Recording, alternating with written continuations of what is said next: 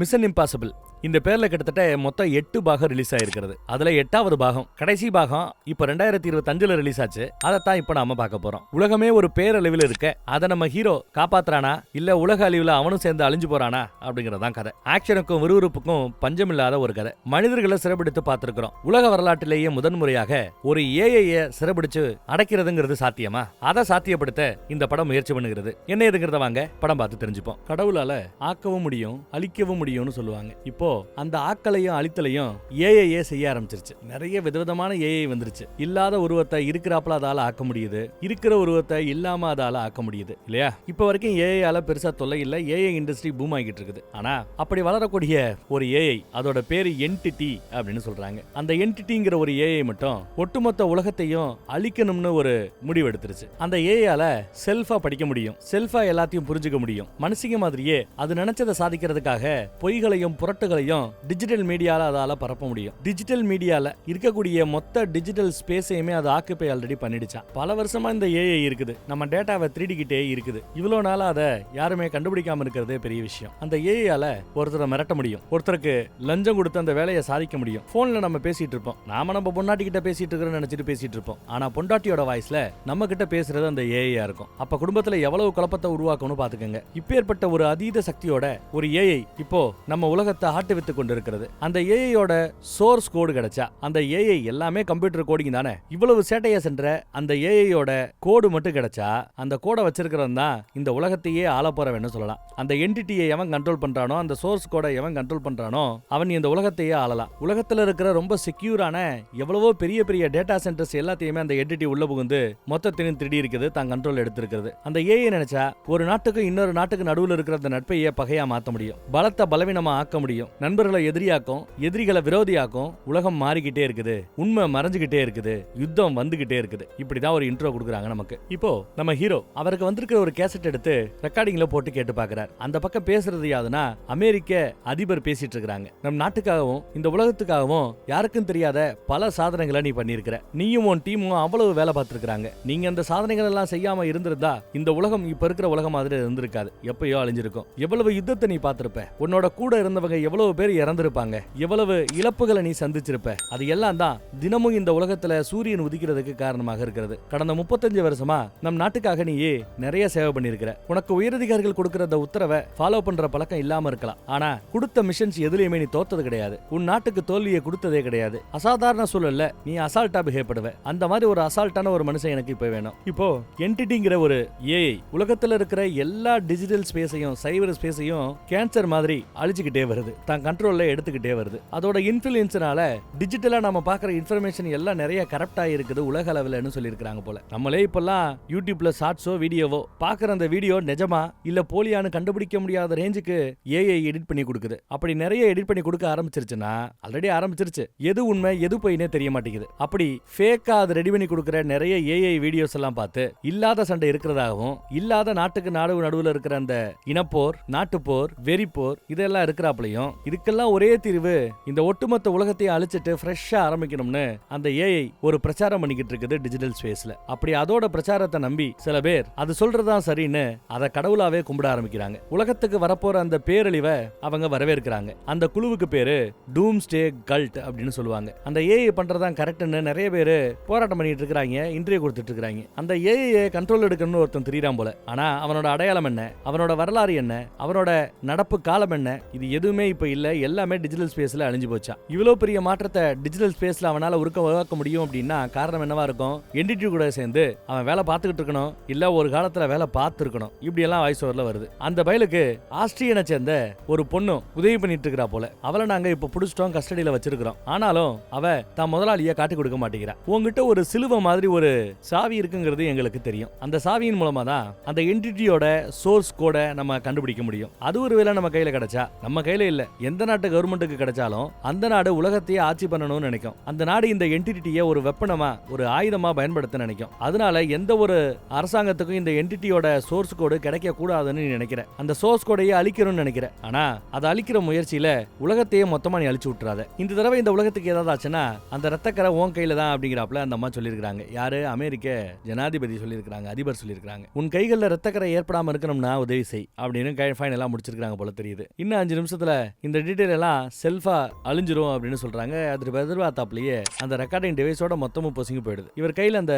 சிலுவை சாவி இருக்கிறத கவனிக்கலாம். அந்த மெசேஜை கேட்ட பிறகு உலகத்துக்கு ஆபத்து. இன்னும் சில நாட்கள்ல ஒட்டுமொத்த உலகத்தையும் தான் கண்ட்ரோல் எடுத்துக்க போற அந்த ஏஐ ஒவ்வொரு நாட்டில இருக்கிற அணுமின் நிலையங்களையும் தான் கண்ட்ரோல் எடுத்துக்க போகுதான். எல்லா நாட்டோட அணுமின் நிலையங்களையும் அது தான் கண்ட்ரோல் எடுத்துக்கிச்சுன்னா ஒரு நாட்டுல இருந்து இன்னொரு நாட்டுக்கு அணு ஏவுகணைகளை அனுப்பி சர்வ நாசம் பண்ண ஆரம்பிக்கும். 3ஆம் உலக போரை உருவாக்கி விட்டுரும். இதையெல்லாம் தடுக்கணும்.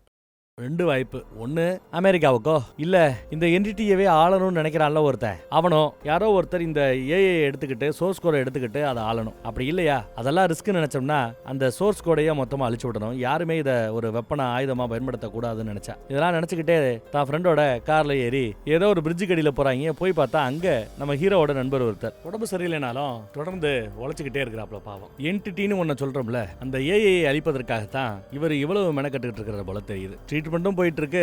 கூடவே அவரு அந்த வைரஸுக்கு ஆகாத ஏதோ ஒண்ணு விஷ மாதிரி ஏதோ ஒண்ணு டிஜிட்டலா ரெடி பண்ணிக்கிட்டு இருக்கிறார். அந்த என்டிட்டியை ஆள தொடக்கிறார்ல ஒரு முதலாளி. அந்த முதலாளி கிட்ட தொழிலாளியா ஒருத்தி வேலை பார்த்திருப்பா. அவளை அரெஸ்ட் பண்ணி வச்சிருக்காங்க. போன பாட்டிலேயே அவளை கொல்றதுக்கு ஒரு வாய்ப்பு கிடைச்சும், அவர் கொலகாரி, அவளை கொல்றதுக்கு வாய்ப்பு கிடைச்சும் நம்ம ஹீரோ கொல்லிருக்க மாட்டாரு. பாவம் பார்த்து விட்டு போயிருப்பாரு. அப்புறம் அவ முதலாளியாலையும் கைவிடப்பட்டு விட்டார். ஜெயில கிடக்குறா. அப்போ விசாரணைன்னு போய்கிட்டு இருக்குது. ஆனா விசாரணையில ஒத்துழைக்கிறாப்புல தெரியல. முதலாளி எங்க இருக்காரு ஏது இருக்காருன்னு எந்த ஒரு அப்டேட்டையும் கொடுக்க மாட்டேங்கிறா போல. இதெல்லாம் அதிபரமா சொல்லித்தான் நம்ம ஹீரோவுக்கு தெரியும். அவ இப்ப எங்க இருக்கான்னு தெரிஞ்சுக்கிட்டு அந்த இடத்துக்கு செக்யூரிட்டி மாதிரி வந்து அங்க இருக்கிற மற்ற ஆட்களை அடிச்சு போட்டு இவளை காப்பாத்த பாக்குறாங்க. அப்போ ஒரு வாய்ப்புல அவருக்கு துப்பாக்கி கிடைக்க அங்க இருக்கிற ஆட்களை சுட்டுத்தள்ள பாப்பா. நல்ல வேலை சுட்டுத்தள்ளாம அமைதியா இருங்கன்னு தான் முகத்தை காமிச்சு 2 பேருக்கு நடுவில் அமைதியை உருவாக்க பாக்குறாரு. இந்த பக்கம் போலீஸ், அந்த பக்கம் அந்த அம்மா. 2 பேருமே துப்பாக்கியை கீழே இருக்குங்க.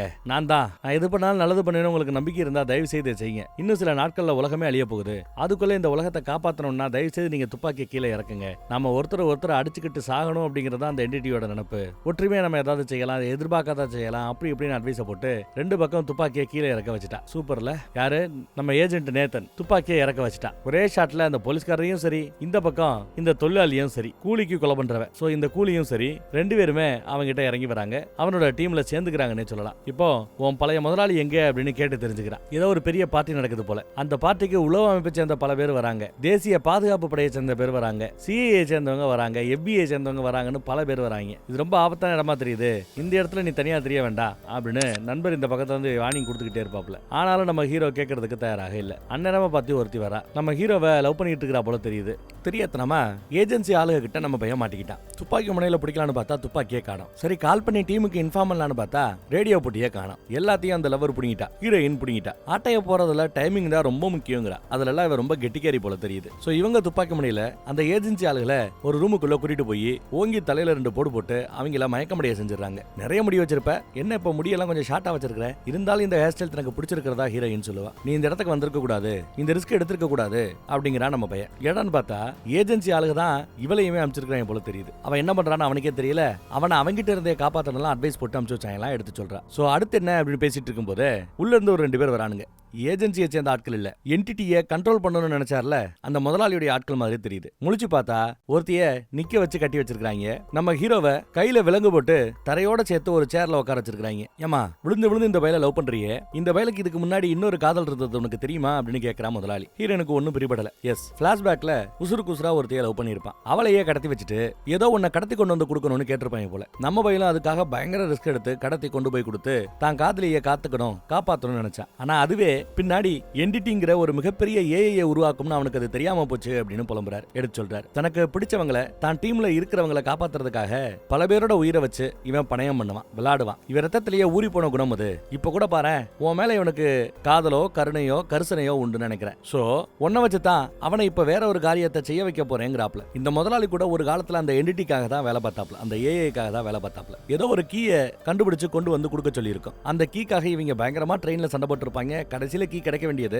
சொதப்பி விட்டாப்ல. இதுல ஏஐக்கு இவன் மேல காண்டு. இப்ப நம்ம முதலாளி என்ன சொல்றன்னா, உன் புது காதலிய காப்பாத்தணும்னா பதிலுக்கு நீ எனக்கு ஏதோ ஒரு காலத்துல பல வருஷத்துக்கு முன்னாடி ரஷ்ய நீர்மூழ்கி கப்பல் ஒண்ணு கடல்ல மூழ்கி போச்சான். K559 அப்படிங்கிறது அந்த நீர்மூழ்கி கப்பலோட நம்பர். அந்த நீர்மூழ்கி கப்பலோட ஒரு மிகப்பெரிய சிறப்பு அம்சம் என்னன்னா, எந்த ஒரு சோனார் சிக்னல்லையுமே அது மாட்டாது. எங்க இருக்குன்னு அப்ப யாராலையும் கண்டுபிடிக்க முடியாது. சோனார் சிக்னல்ல நீர்மூழ்கி கப்பல் மாட்டக்கூடாதுங்கிறதுக்காக அவங்க ஒரு அல்காரிதத்தை டெவலப் பண்ணிருக்காங்க, ஒரு கோடிங்கை டெவலப் பண்ணிருக்காங்க. அதுல அவங்க சக்சஸ் ஆனாலும் அவங்களுக்கே தெரியாம அங்க ஒரு வைரஸ் உட்கார்ந்து இருக்குது. அதுதான் நாம இப்ப பேசிட்டு இருக்கிற என்டிட்டிங்கிற அந்த ஏஐ. இப்படி ஒரு வைரஸ், ஒரு ஏஐ வைரஸ் உள்ள உட்கார்ந்துட்டு இருக்குங்கிறத அந்த நீர்மூழ்கி கப்பல் இருந்த ரஷ்யங்க 2012 வருஷம் தான் கண்டுபிடிச்சாங்க. அதோட மூலம் என்னங்கிறது அவங்களுக்கே தெரியாது. அவங்க நீர்மூழ்கி கப்பல் முழுக்க அது பரவி போய் கிடந்தது. எங்க இருந்து இந்த வைரஸ் ஏஐ வந்தது, அந்த நீர்மூழ்கி கப்பலை தாக்குச்சு அப்படிங்கிறது யாருக்கும் தெரியாது. ஆனா அந்த வைரஸை உருவாக்குறதுக்கான நோக்கம் யாரோட கண்ணுக்கும் படாம சுத்தி திரியிற அந்த நீர்மூழ்கி கப்பலை கண்டுபிடிக்கணுங்கிறதுக்காக யாரோ ரெடி பண்ணது போல தெரியுது.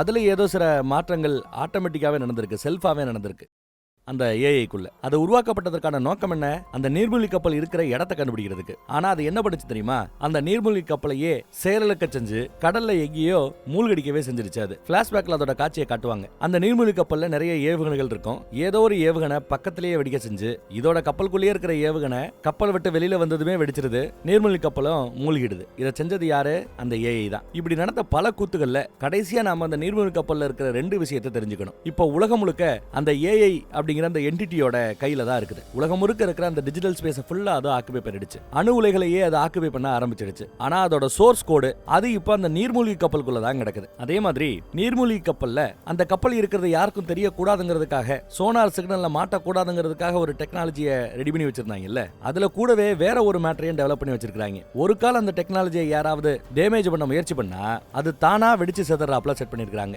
சோ அதை டேமேஜ் பண்ணாம ஓபன் பண்றதுக்கோ உள்ள இருக்கிற அந்த டிரைவை எடுக்கிறதுக்கோ சிலுவை மாதிரி இருக்கிற சாவிகள் வேணும். அது அந்த நீர்மூழ்கி கப்பலோட கேப்டன் கிட்ட தான் இருந்தது. அந்த கப்பலே சேதாரமாகி புணங்கள் எல்லாம் அப்படியே மேல மிதக்க ஆரம்பிக்கும் போது அந்த ஏரியா பக்கம் போன மீனவர்கள் சில பேர் அந்த சாவியை கண்டுபிடிச்சிருக்காங்க. அந்த சாவியை தான் போன பாட்டுல நம்ம ஹீரோ கண்டுபிடிச்சு எடுத்திருப்பான். இப்ப சாவி உங்ககிட்ட இருக்குது. சோ நீர்மூழ்கி கப்பலோட டெக்னாலஜியை சேதப்படுத்தாம சாவி மூலமா அதை திறந்து உள்ள இருக்கிற ஹார்ட் டிரைவ், அந்த ஹார்ட் டிரைவுக்குள்ள தான் இப்ப உலகத்தையே ஆட்டி படைக்கிற அந்த என்டிட்டியோட அந்த ஏஐயோட சோர்ஸ் கோடு இருக்குதா. அதை நீ சேஃபா எடுத்து என்கிட்ட கொண்டு வந்து ஒப்படைக்கணும் அப்படின்னு முதல்ல அழி பேசிட்டு இருக்கிறாப்ல. இப்ப அந்த நீர்மூழ்கி கப்பல் கடலோட மிக ஆழமான பகுதியில் இருக்கிறதுனாலையும், அதுவும் இன்டர்நெட் லொட்டு லொசுக்குன்னு எந்த ஒரு டிஜிட்டலோட அதோட கனெக்ட்ல இல்லாததுனாலையும், என்னதான் உலகம் முழுக்க டிஜிட்டல் ஸ்பேஸ்ல அந்த ஏஐ பல்கி பெருகி இருந்தாலும் அதோட சோர்ஸ் கோடு, அதோட மூலம் அந்த நீர்மூழ்கி கப்பல்ல இருந்து தான் ஆரம்பிச்சது. அந்த ஏஐயால கூட அந்த நீர்மூழ்கி கப்பலுக்குள்ள இருக்கிற அந்த சோர்ஸ் கோடை இப்ப அதால அக்சஸ் பண்ண முடியல. எனக்கு அந்த சோர்ஸ் கோடு வேணும். அந்த சோர்ஸ் கோடை கண்ட்ரோல் பண்ணா ஏஐயை கண்ட்ரோல் பண்ணலாம். ஏஐயை கண்ட்ரோல் பண்ணா உலகத்தோட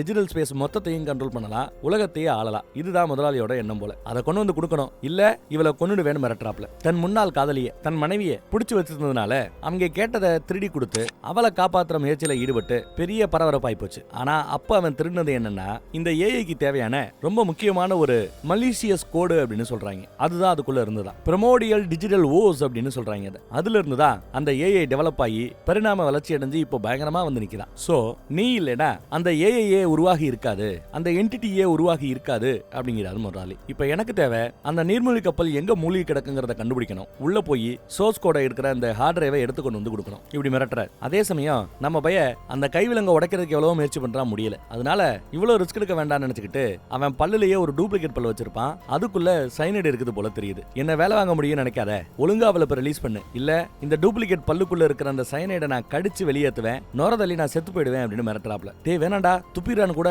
முதலாளி சொல்லி பாக்குறாரு, கேட்கல. இப்போ அவளை ரிலீஸ் பண்ணல, இதை கடிச்சுக்கிட்டு நான் செத்துடுவேன்னு சொல்லுவாப்ல. நீ செத்தா இவளை யாரா காப்பாத்துறது அப்படிங்கிறாரு முதலாளி. அவ பயப்படுவா, வேணான்னு பயப்படாத, எல்லாரும் ஒரு நாள் செத்துத்தான் ஆகணும், வலியை அனுபவிச்சு தான் ஆகணும்னு சொல்லிட்டு அப்படியே ஒரு கடி கடிச்சிடாப்ல. அவ்வளவுதான், கடிச்சதும் அப்படியே நுரதல ஆரம்பிக்குது, நெஞ்செல்லாம் படபடக்க ஆரம்பிக்குது. இதை பார்த்துதான் அங்க இருக்கிற வேலைக்காரங்க ஓடி போய் கைவிலங்க அவுத்து விட்டு அவரை கீழே படுக்க வச்சு நின்னு போன இதயத்தை மறுபடியும் துடிக்க செய்யணுங்கிறதுக்காக கரண்ட் சார்ஜ் கொடுப்பாங்க. அப்படி கொடுக்கும்போதுதான் பயபல்ல ஒரு ஆக்டிங் போட்டிருக்காங்கிறது தெரிய வருது. அங்கிருந்து அடியாக்கள் எல்லாம் அடிச்சு போட்டார். கீயை எடுத்துக்கோ அப்படின்னு சொன்னதும் அழகா காலாலேயே ஜம்முன்னு எடுத்து அந்த அந்த பொண்ணு கைவிலங்கல்ல அவுக்க ஆரம்பிச்சிட்டா. உடனே ஒருத்தர் துப்பாக்கியோட வருவாங்க கொல்றதுக்கு. அப்ப முதலாளி, எனக்கு இவன் உயிரோட வேணும், இவனை கொன்னுடாத, ஆனா அந்த பொண்ணை வேணா கொன்னுக்கோ அப்படிங்கிறாப்ல. உடனே பொண்ணை துப்பாக்கியால சுட போக நம்ம ஆளு குறுக்கால போய் நின்னுக்கிறா. அவ கழுத்துல இருக்கிற காலரை அவுத்துக்கிட்டு இருக்கா. ஒரு வழியா அவுத்துட்டா. அவுத்ததும் துப்பாக்கியை தட்டு விட்டுறாங்க, சண்டை போட ஆரம்பிக்கிறாங்க. அவ ஒருத்தன் கூட சண்டை போட்டுட்டு இருக்கா, இவன் ஒருத்தன் கூட சண்டை போட்டுட்டு இருக்கான். இந்த படம் முழுக்க ஃபுல்லா ஆக்ஷன் படம் தான். சோ ஆக்ஷனுக்கு பஞ்சமே இருக்காது. அவளோட ஆக்ஷனா இருந்தாலும் சரி, நம்ம ஹீரோவோட ஆக்ஷனா இருந்தாலும் சரி பயங்கரமா இருக்கும். ஆனா ஒரு கட்டத்துல கத்தியை வச்சு கழுத்துல குத்த போற அந்த நிலைமையில கீழே கிடக்கிற ஒரு சுத்தியல் நம்ம ஆளுக்கு கிடைக்கும். அதை எடுக்கிறத தாங்க காட்டுவாங்க. அடுத்து என்ன நடக்குதுங்கிறத அந்த பொண்ணோட முக பாவனையிலேயே நீங்க தெரிஞ்சுக்கோங்க. அடிச்சு துவம்சம் பண்ணி எல்லாரையும் கதற கதற கொலை பண்றான் போல தெரியுது. மொத்தவரோட ஜோலியை முடிச்சு விட்டான். நம்ம உடனே இங்கிருந்து கிளம்பணும், வா பாப்பலான்னு கூட்டிட்டு போறாப்ல. அப்புறம் தான் mission impossible the final recording அப்படின்னு படத்தோட பேரையே போடுறாங்க. முதலாளியை பிடிக்கணும்னு ஒன்னா குறுக்கால டீம் பசங்க வந்து நிக்கிறாங்க. ஆனா உயிரோட பிடிக்கணும்னு நினைக்கிறாப்ல அந்த போலீஸ்காரர். ஆனா அந்த முதலாளி கிட்ட வேலை பார்த்து துரோகத்தை அனுபவிச்ச அந்த பொண்ணு, அந்த கூலி பொண்ணு சும்மா இருப்பாளா, கண்டதும் சுட ஆரம்பிக்கிறா. அவன் தெரிச்சு ஓட ஆரம்பிக்கிறான். எம்மா தாயே, அவனை உயிரோட பிடிக்கணும், கொஞ்சம் அவசரப்படாத அப்படின்னு சொன்னாலும் கேட்க மாட்டேங்கிறா. சோ ஒரு பக்கம் நம்ம ஹீரோ விரட்டிக்கிட்டு இருக்கிறான், இன்னொரு பக்கம் டீம் விரட்டிக்கிட்டு இருக்குது. ஏதோ ஒரு கதவை திறந்து தப்பிச்சு ஓடுறதுக்காக வேகமா ஓடிவான் பாருங்க. அது ஒரு ஆட்டோமேட்டிக் டோர், டிஜிட்டலா அது கனெக்ட் செய்யப்பட்டிருக்கிற ஒரு டிஜிட்டல் டோர். அந்த டிஜிட்டல் டோர் தானா மூடுது. என்னடான்னு பார்த்தா அந்த ஏஐ வேற. ஏன்னா இந்த பையன் ஏஐவே கண்ட்ரோல் எடுக்கணும்னு நினைக்கிறான். இவன் மாட்டிட்டான்னா ஏஐக்கு சேஃப். சோ அந்த ஏஐ இந்த கதவை மூடிவிடுது. எந்த பக்கம் ஒன்னாலும் அவனால வெளியில வர முடியல. ஆனா கடைசியா ஒரு கட்டத்துல ஒரே ஒரு பாதை தான் மிச்சம் இருந்தது. அது வழியா லாக் பண்ணிட்டு அவன் எஸ்கேப் ஆயிட்டு ஓடிட்டான். இப்ப முதலாளி அங்க இல்ல, எஸ்கேப் ஆயிட்டார். ஆனா அங்க ஒரு சவப்பட்டி மாதிரி ஏதோ ஒண்ணு கிடக்குதுங்க. அது என்னன்னு நம்ம பைய பார்க்கணும். ஆனா அந்த பக்கம் டோரும் லாக் ஆகிருக்கும். ஆனா இப்ப அந்த லாக்கு அசால்ட்டா அன்லாக் ஆகுது. அதுவும் டிஜிட்டல் கதவு தான். என்னடான்னு பார்த்தா அந்த ஏஐ தான் திறந்து விடுது. இவன் அந்த சவப்பெட்டிக்கு வரணும் அப்படிங்கறத அந்த ஏஐயோட எண்ணம். ஓபன் பண்ணி பார்த்தா டெக்னாலஜில ரொம்ப அட்வான்ஸ்டாவும் ஒரு மாஸ்க் மாதிரியும் போட்டிருக்கிறது. அதை எடுத்து மாட்டிட்டு உள்ள படுக்கணும் போல. வேணான டீம் எவ்வளவு சொன்னாலும் கேட்காம அதை மாட்டிக்கிட்டு இவன் உள்ள படுக்கிறான். உடம்பு அப்படியே லாக் ஆகி அந்த டிஜிட்டல் மாஸ்க் அவன் கூட கம்யூனிகேட் பண்ணுது. உங்ககிட்ட இருக்கிற பல கேள்விகளுக்கு என்டிட்டி கிட்ட, அந்த ஏஐ கிட்ட விடை இருக்கிறது. அதையெல்லாம் நீ தெரிஞ்சுக்கணும்னா போராடாத, நாங்க காட்ட நினைக்கிறத நீ பாரு அப்படின்னு சில விஷயங்களை, சில காட்சிகளை காட்டுது. அதுல ஒரு பெரிய குகைக்குள்ள நிறைய சோலார் பேனல்ஸ், ஒரு 50-60 பேனல்ஸ் வரிசையா மாட்டிருக்காங்க. பின்னாடி ஒரு பெரிய ஃபேன் இருக்குது. இந்த மாதிரி ஒரு இடத்த அது காட்சியா காட்டுது. இது என்னன்னு உனக்கு தெரியுதா அப்படின்னு கேட்டா நம்ம பையெல்லாம் ஆன்சர் பண்ணுவான். டூம்ஸ்டே வால்ட் அப்படின்னு சொல்லுவாங்க. உலகமே அழிஞ்சாலும் இந்த சோலார் ரூம் மட்டும் அழியவே அழியாது. அந்த லெவலுக்கு எக்கால பாதுகாப்பு சுவர்களை எழுப்பியிருக்கிறாங்க போல. எஃகு சுவரை எழுப்பியிருக்கிறாங்க. உலகமே அழிஞ்சாலும் அந்த ரூம் மட்டும் அழியாது. அவ்வளவு சேஃபா ரெடி பண்ணி இருக்காங்க. எங்க ஆப்பிரிக்கா நாட்டுல அது இருக்குது போல. நீ என்ன பண்ணணும்னா ஏஐயோட சோர்ஸ் கோட கண்டுபிடிச்சு அதை அந்த எஃகு லாக்கர் ரூம்குள்ள இருக்கிற கம்ப்யூட்டர்ஸ்ல ஏத்திரணும். இதை எனக்காக செய்யணும்னு அந்த ஏஐ கேக்குது. ஏன் அப்படி அந்த ஏஐ கேக்குதுன்னா அதுக்கு இந்த உலகம் இருக்கிறதே பிடிக்கல போல தெரியுது. அப்படி ஏத்துறதுக்கு இந்த கண்ணை மூடி கண்ணை திறப்போம் பாத்தீங்களா, அந்த கண்ணை சிமிட்டுறோம் பாத்தீங்களா, அந்த நேரத்துக்குள்ள கரெக்டா ஏத்தி முடிக்கணும். ஒரு காலத்துல ஏதாவது சொதப்பல் ஏற்பட்டா உலக அழிவுக்கு அது காரணமாயிடுமா. கொஞ்சம் லேட் ஆனாலும் சரி, இல்ல கொஞ்சம் சீக்கிரமே பண்ணாலும் சரி, பிரச்சனை வருமா. இதை எனக்காக எடுத்து கொண்டு கொடுக்கணும் அப்படின்னு ஏஐ எதிர்பார்க்குது போல. ஆனா நம்ம ஹீரோ ஏற்கனவே அதை எடுக்கணுங்கிற முடிவுக்கு ஆல்ரெடி வந்திருப்பான். பிளாஷ்பேக்கு போறோம். ஹீரோவோட டீம்ல ஒரு ஹேக்கர் இருப்பாரு. அவரு பாய்சன் பில்லுன்னு ஒன்னு உருவாக்கி இருக்காரு. பாய்சன் பில் பாக்குறதுக்கு ஒரு தமா துண்டு மாத்திர மாதிரி தெரியும். ஆனா அதை எதற்காக இவர் உருவாக்கி இருக்கிறாருன்னா நீர்மூழ்கி கப்பலுக்குள்ள எடுக்கிற அந்த சோர்ஸ் கோட ஒரு டிரைவ்ல எடுத்துட்டு வராங்கல்ல, அந்த டிரைவ்ல இந்த பாய்சன் பில்ல மாட்டணும். அந்த பாய்சன் பில்லுங்கிறது என்ன பண்ணும்னா ஏதோ ஒரு ஃப்ரீக்வன்சில ஹார்ட் டிரைவுக்குள்ள இருக்கிற அந்த ஏஐ டேட்டாவை சென்ட் பண்ணும். அதை எங்கேயோ ஒரு ஆண்டனா வச்சு அந்த ஃப்ரீக்வன்சி வச்சு அதை கேட்ச் பண்ணி எடுக்கிறாங்கன்னு வச்சுக்கோங்களேன். அதை எடுக்கிற ரிசீவ் பண்ற அந்த டேட்டாவை ஏதோ ஒரு கம்ப்யூட்டர்ல சேவ் பண்ண முடியும். இந்த ஏஐ அதெல்லாம் அலோவ் பண்ணுது. நீ பாய்சன் பில்ல மாட்டிக்க,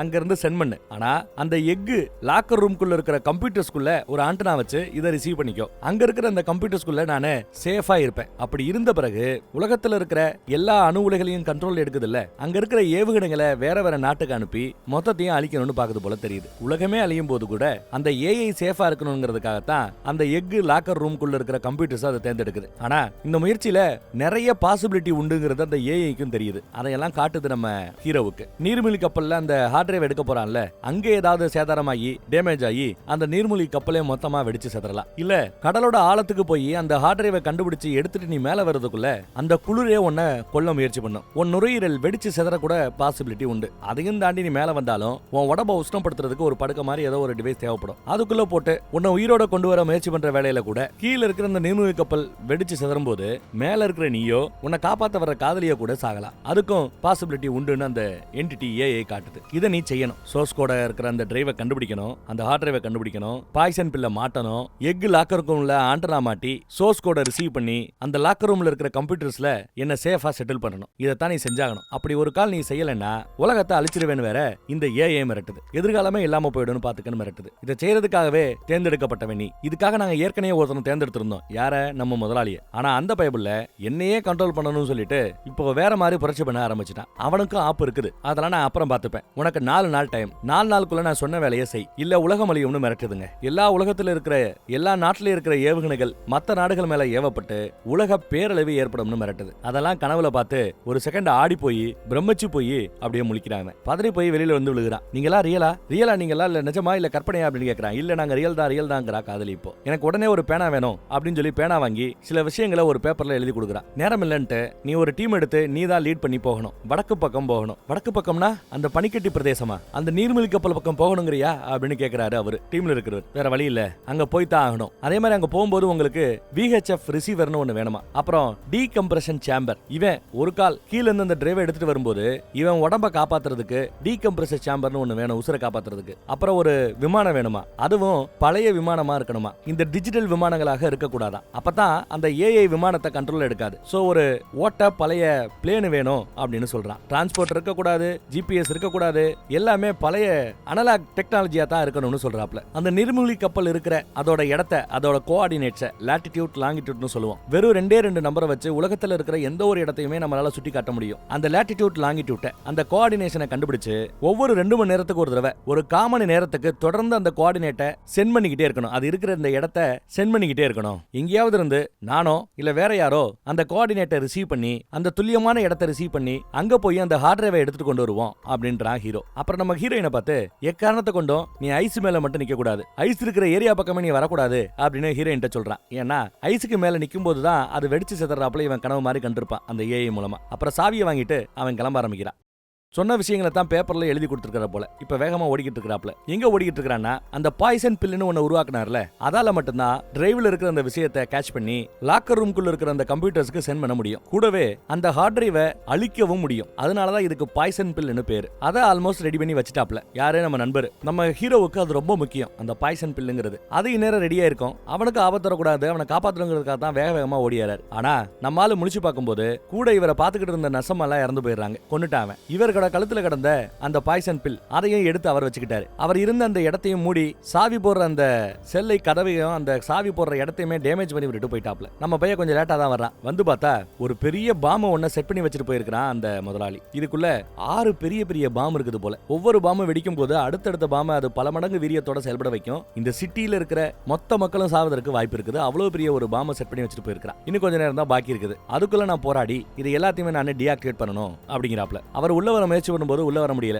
எல்லாத்தையும் நொறுக்கி வச்சுட்டு போயிருக்கான். சரி உங்ககிட்ட டூல்ஸ் இருக்குல்ல, அந்த ஸ்க்ரூ டிரைவர் அது இது எல்லாத்தையும் கொடு, நான் கதவை திறக்க முயற்சி பண்றேன், உன்னை காப்பாற்ற முயற்சி பண்றேன்னு சொல்லும்போது இல்ல வாய்ப்பு இல்ல, நான் என்னதான் போராடி இந்த 6 பாம்பையும் நான் செயலுக்கு செய்ய முயற்சி பண்ணாலும் ஒரு பாமாவது வெடிக்கணும் அப்படிங்கிற ஒரு கண்டிஷன் இதுல செட் பண்ணி வச்சிருக்காங்களா. டெஃபினட்டா ஒரு பாமாவது வெடிக்கணும். அந்த பாம்பு வெடிக்கும் போது ஒரு அதிர்வு இருப்பணும் பாத்தீங்களா, அந்த அதிர்வு டெஃபினட்டா கேட்டாகணும்னு அதுல எழுதி வச்சிருக்காங்க போல. ஒரு கால அந்த அதிர்வு கேட்கலன்னா உள்ள இருக்கிற மொத்த பாம்பு வெடிச்சு சதறிடுமா. சோ நம்ம ஹேக்கருக்கு வேற வழி இல்ல, இருக்கிற 5 பாம்பை அந்த வயர்ஸ் எல்லாம் கட் பண்ணி டீஆக்டிவேட் பண்ணலாம். ஆனாலும் ஒரு பாம்பை வெடிக்க செஞ்சே ஆகணும், வெடிக்க விட்டே ஆகணும். இந்த டனல் இருக்குல்ல, இந்த டனல் இந்த சிட்டிக்குள்ள இருக்கிற எல்லா டனல்லையுமே இதோட தாக்கம் தெரியும். ஆனா இதை செஞ்சுதான் ஆகணும், இல்லைன்னா ஒட்டுமொத்த சிட்டியும் அழிஞ்சிடும். இதை செய்யற முயற்சியில நானும் செத்துதான் ஆகணும். அதனால என்ன பத்தியெல்லாம் நீ ஒன்னும் பெருசா யோசிக்காத, அந்த பாய்சன் பில்லை கண்டுபிடி, உலகத்தை காப்பாத்து, இங்க இருந்து போ, டைம் இல்ல போன்னு விரட்டி விடுறாரு. நம்ம பயிலும் சரி இதுக்கு மேல எதுவும் பண்ண முடியாதுங்கிறத புரிஞ்சுக்கிறார். இதுதான் விதிங்கிறதையும் புரிஞ்சுக்கிறார். குடுகுடுன்னு ஓட ஆரம்பிக்கிறார். இன்னும் சில வினாடிகள்ல வெடிச்சு செதற போது டனல் பக்கத்துல இருந்து எப்படியோ வெளியில தப்பிச்சு ஓடியாந்துறாருங்க. அவ்வளவு தூசு வெடிச்சு செதறது, அவரே இறந்து போயிடுவாரு. தூசுல அப்படியே நனைஞ்சுக்கிட்டு வெளியில வரார். நடு ரோட்ல போய் உட்கார்றார். அப்பதான் அமெரிக்க ஏஜென்சி தன்னை பார்க்கும், தன்னை கூட்டிட்டு போகும் அப்படின்னு நினைச்சுக்கிட்டு இப்படி வாண்டடா மாற்றார். கையில அந்த சாவியை வச்சிருக்கிறார். ஏஜென்சி ஆளுகிட்ட மாற்றாப்ல. அவங்க அங்க இருந்து வேற ஒரு இடத்துக்கு கூட்டிட்டு போறாங்க. அங்க இருந்து வேற ஒரு விமானத்துல இருந்து இன்னொரு இடத்துக்கு கூட்டிட்டு போறாங்க. அப்புறம் ஒரு ஹெலிகாப்டர்ல இறங்குறாப்ல. ஒரு பாதுகாப்பான மிலிட்டரி குவார்டர்ஸ்க்கு போறாங்க. அவங்க ஒரு மிலிட்டரி கேம்ப் போல. அது இந்தியா பாகிஸ்தான் மாதிரியான பல நாடுகளோட அணு உலைகளை இப்ப அந்த ஏஐ தான் கண்ட்ரோல்ல எடுத்துக்கிச்சான். அடுத்த சில மணி நாட்கள்ல சில மணி நேரங்கள்ல கூட அமெரிக்காவோட அணு உலைகளையும் அதை கண்ட்ரோல் எடுத்துக்க வாய்ப்பு இருக்கிறது. பாத்தியா கடைசியில எங்க வந்து எல்லாமே நின்று இருக்குது பாத்தியான்னு ஏஜென்சி தலைவர் ஒருத்தர் புலம்பி தள்ளிட்டே வராரு. எவ்வளவோ பேர் இங்க வேலை செஞ்சுட்டு இருக்காங்க, ஆயிரக்கணக்கான பேர். 3 நாள் 22 நிமிஷம் இப்போ பாக்கி இருக்குது போல. அதெல்லாம் மேல கவுண்டர்ல ஓடிக்கிட்டு இருக்குது. அதுக்குள்ள அமெரிக்க ஜனாதிபதி ஒரு முடிவு எடுத்தாகணும். அதுக்கு தான் அந்த கவுண்டர் ஓடிக்கிட்டு இருக்குது. ராணுவ தலைவர், பாதுகாப்பு தலைவர், ஏஜென்சி தலைவர், இப்படி பல பேர் கூடி இருக்காங்க. நம்ம ஹீரோவோட ஃபைல்ஸ் எல்லாம் பார்த்துட்டு நம்ம பைய கவர்மெண்டோட உத்தரவுக்கு எதிராக எவ்வளவு செட்டப் பண்ணிருக்கான அந்த பழைய பிளாஷ்பேக் எல்லாம் நினைச்சு பாக்குறாங்க. அதே சமயம் அமெரிக்க அதிபரும் வந்துடுறாங்க. அமெரிக்க ஜனாதிபதி வந்துடுறாங்க. இவங்க கிட்ட இருந்த அந்த சாவி இப்ப டேபிள்ல வைக்கப்பட்டிருக்கிறது. சொல்லுப்பா அப்படின்னு ஆரம்பிக்கிறாங்க. எனக்கு அந்த சாவி வேணும், ஒரு கப்பல் வேணும், ஒரு விமானம் வேணும், அதுவும் பழமையான விமானமாக இருக்கணும். இப்படி வரிசையா அவனோட டிமாண்ட்ஸ் எல்லாம் வச்சுக்கிட்டே இருக்கிறான். நான் என்ன சொன்னாலும் செய்யக்கூடிய ஒரு கப்பல் கேப்டனா இருக்கணும், ஒரு கேப்டன் வேணும். சரி இதெல்லாம் கொடுக்குறோன்னு வச்சுக்கோ, இனியா பண்ண போற அப்படின்னு கேட்டா அந்த ஏஐ அழிக்க போறேன்னு சொல்றான். அந்த ஏஐ இப்போ உலகத்துல இருக்கிற எல்லா டிஜிட்டல் ஸ்பேஸ்லயும் கலந்துருச்சு. அது அழியறதா இருந்தா ஒட்டுமொத்த உலக டிஜிட்டல் ஸ்பேஸும் அழிஞ்சு போயிடாதா? உலகத்துல யாருமே மொபைல் யூஸ் பண்ண முடியாது, யாருமே சோசியல் மீடியா யூஸ் பண்ண முடியாது, யாருமே இன்டர்நெட்டை யூஸ் பண்ண முடியாது, யாருமே அவங்க பேங்க் அக்கவுண்ட்ல பணம் இருக்கா இல்லையான்னு பார்க்க முடியாது, லாகின் பண்ண முடியாது, ஏடிஎம்ல பணம் எடுக்க முடியாது, கொடுக்க முடியாது. இப்படி பல விஷயங்கள் நடக்காது. உலகமே கலவரத்துல மூழ்கி போயிடும்னு எடுத்து சொல்றாங்க. இதுக்கு நாங்க ஒத்துக்கணும் அப்படின்னு அமெரிக்க அதிபர் கேட்டா, ஏன்னா வேற வழி இல்ல, வேற ஒரு நல்ல ஆப்ஷன் இல்ல. இப்ப கூட இந்தியா, பாகிஸ்தான் உட்பட ஒரு 9 நாடுகள்ல இருக்கிற அணு ஆயுதங்கள் எல்லாமே அந்த ஏஐயோட கட்டுப்பாட்டுக்கு கீழே வந்துருச்சு. ஏஐங்கிறது டிஜிட்டலா மட்டும் தான் செயல்படும். அந்த 9 நாடுகளும் நாமளும் இப்ப நினைச்சா கூட நம்மளோட ஏவுகணைகளை கனெக்ஷன்ல இருந்து வெளியில எடுத்துட முடியும். மேனுவலா போய் கனெக்ஷனை துண்டிக்க முடியும். ஆனா அப்படி நாம செய்ய மாட்டோம். செஞ்சா நாட்டுக்கு ஆபத்துன்னு நினைக்கிறோம். யாராவது செய்யணும்னு நினைக்கிறோம். இந்தியா செய்யறதா இருந்தா பாகிஸ்தானை செய்ய சொல்லணும்னு சொல்லும். பாகிஸ்தான் செய்யறதா இருந்தா இந்தியாவை செய்ய சொல்லணும்னு சொல்லும். சைனாவை கேட்டா, ரஷ்யாவை கேட்டா அமெரிக்கா பண்ணு அப்படின்னு சொல்லுவாங்க. அமெரிக்காவை கேட்டா சைனா, ரஷ்யா, இந்தியா நீங்கெல்லாம் ஏவுகணைகளை டிஸ்கனெக்ட் பண்ணுங்க, அப்புறம் நாங்க டிஸ்கனெக்ட் பண்றோடு பேசுவாங்க. இப்படி நாடுகளுக்கு நடுவுல இருக்கிற இந்த வேற்றுமை தான், இந்த பஞ்சாயத்துகளும் பிரச்சனைகளும் தான் அந்த ஏஐ இன்னும் உயிரோட வாழ்வதற்கான முக்கியமான காரணமா இருக்கிறதா சொல்றாரு. நீங்க ஒரு கவுண்டவுன் இங்க ஓட்டிக்கிட்டு இருக்கிறத பார்த்தேன். இன்னும் 3 நாள் இருக்கிறதா ஓடிக்கிட்டு இருக்குது. அப்ப என்ன அர்த்தம்? இன்னும் அமெரிக்காவோட ஏவுகணைகளை ஏஐ அதோட கட்டுக்குள்ள எடுத்துட்டு வரல. அப்படி தன் கட்டுக்குள்ள எடுத்துட்டு வரதுக்கு 3 நாட்களுக்கு மேல ஆகும். அமெரிக்க ஏவுகணைகளை தன் கட்டுப்பாட்டுக்குள்ள ஏஐ எடுக்கிறதுக்கு முன்னாடி அந்த கடைசி நொடியில முந்திக்கிட்டு அமெரிக்கா ஏவுகணைகளை அனுப்பும். எங்கெல்லாம் அந்த ஏஐ அணு ஆயுதங்களை தன் கட்டுப்பாட்டுக்கு கீழே கொண்டு வந்துடுச்சோ அந்த நாடுகள் மீதெல்லாம் தாக்குதல் நடத்தும். இந்தியாவில் எடுத்துக்கிட்டா டெல்லி மேல, பாகிஸ்தான் மேல, சைனாவோட தலைநகரத்தின் மேல, ரஷ்ய தலைநகரத்தின் மேல, இப்படி பல இடத்துல தாக்குதல் நடத்துவீங்க. உங்களை காப்பாத்திக்கிறதுக்காக கோடிக்கணக்கான மக்களையும் கொல்றதுக்கு தயங்க மாட்டீங்க.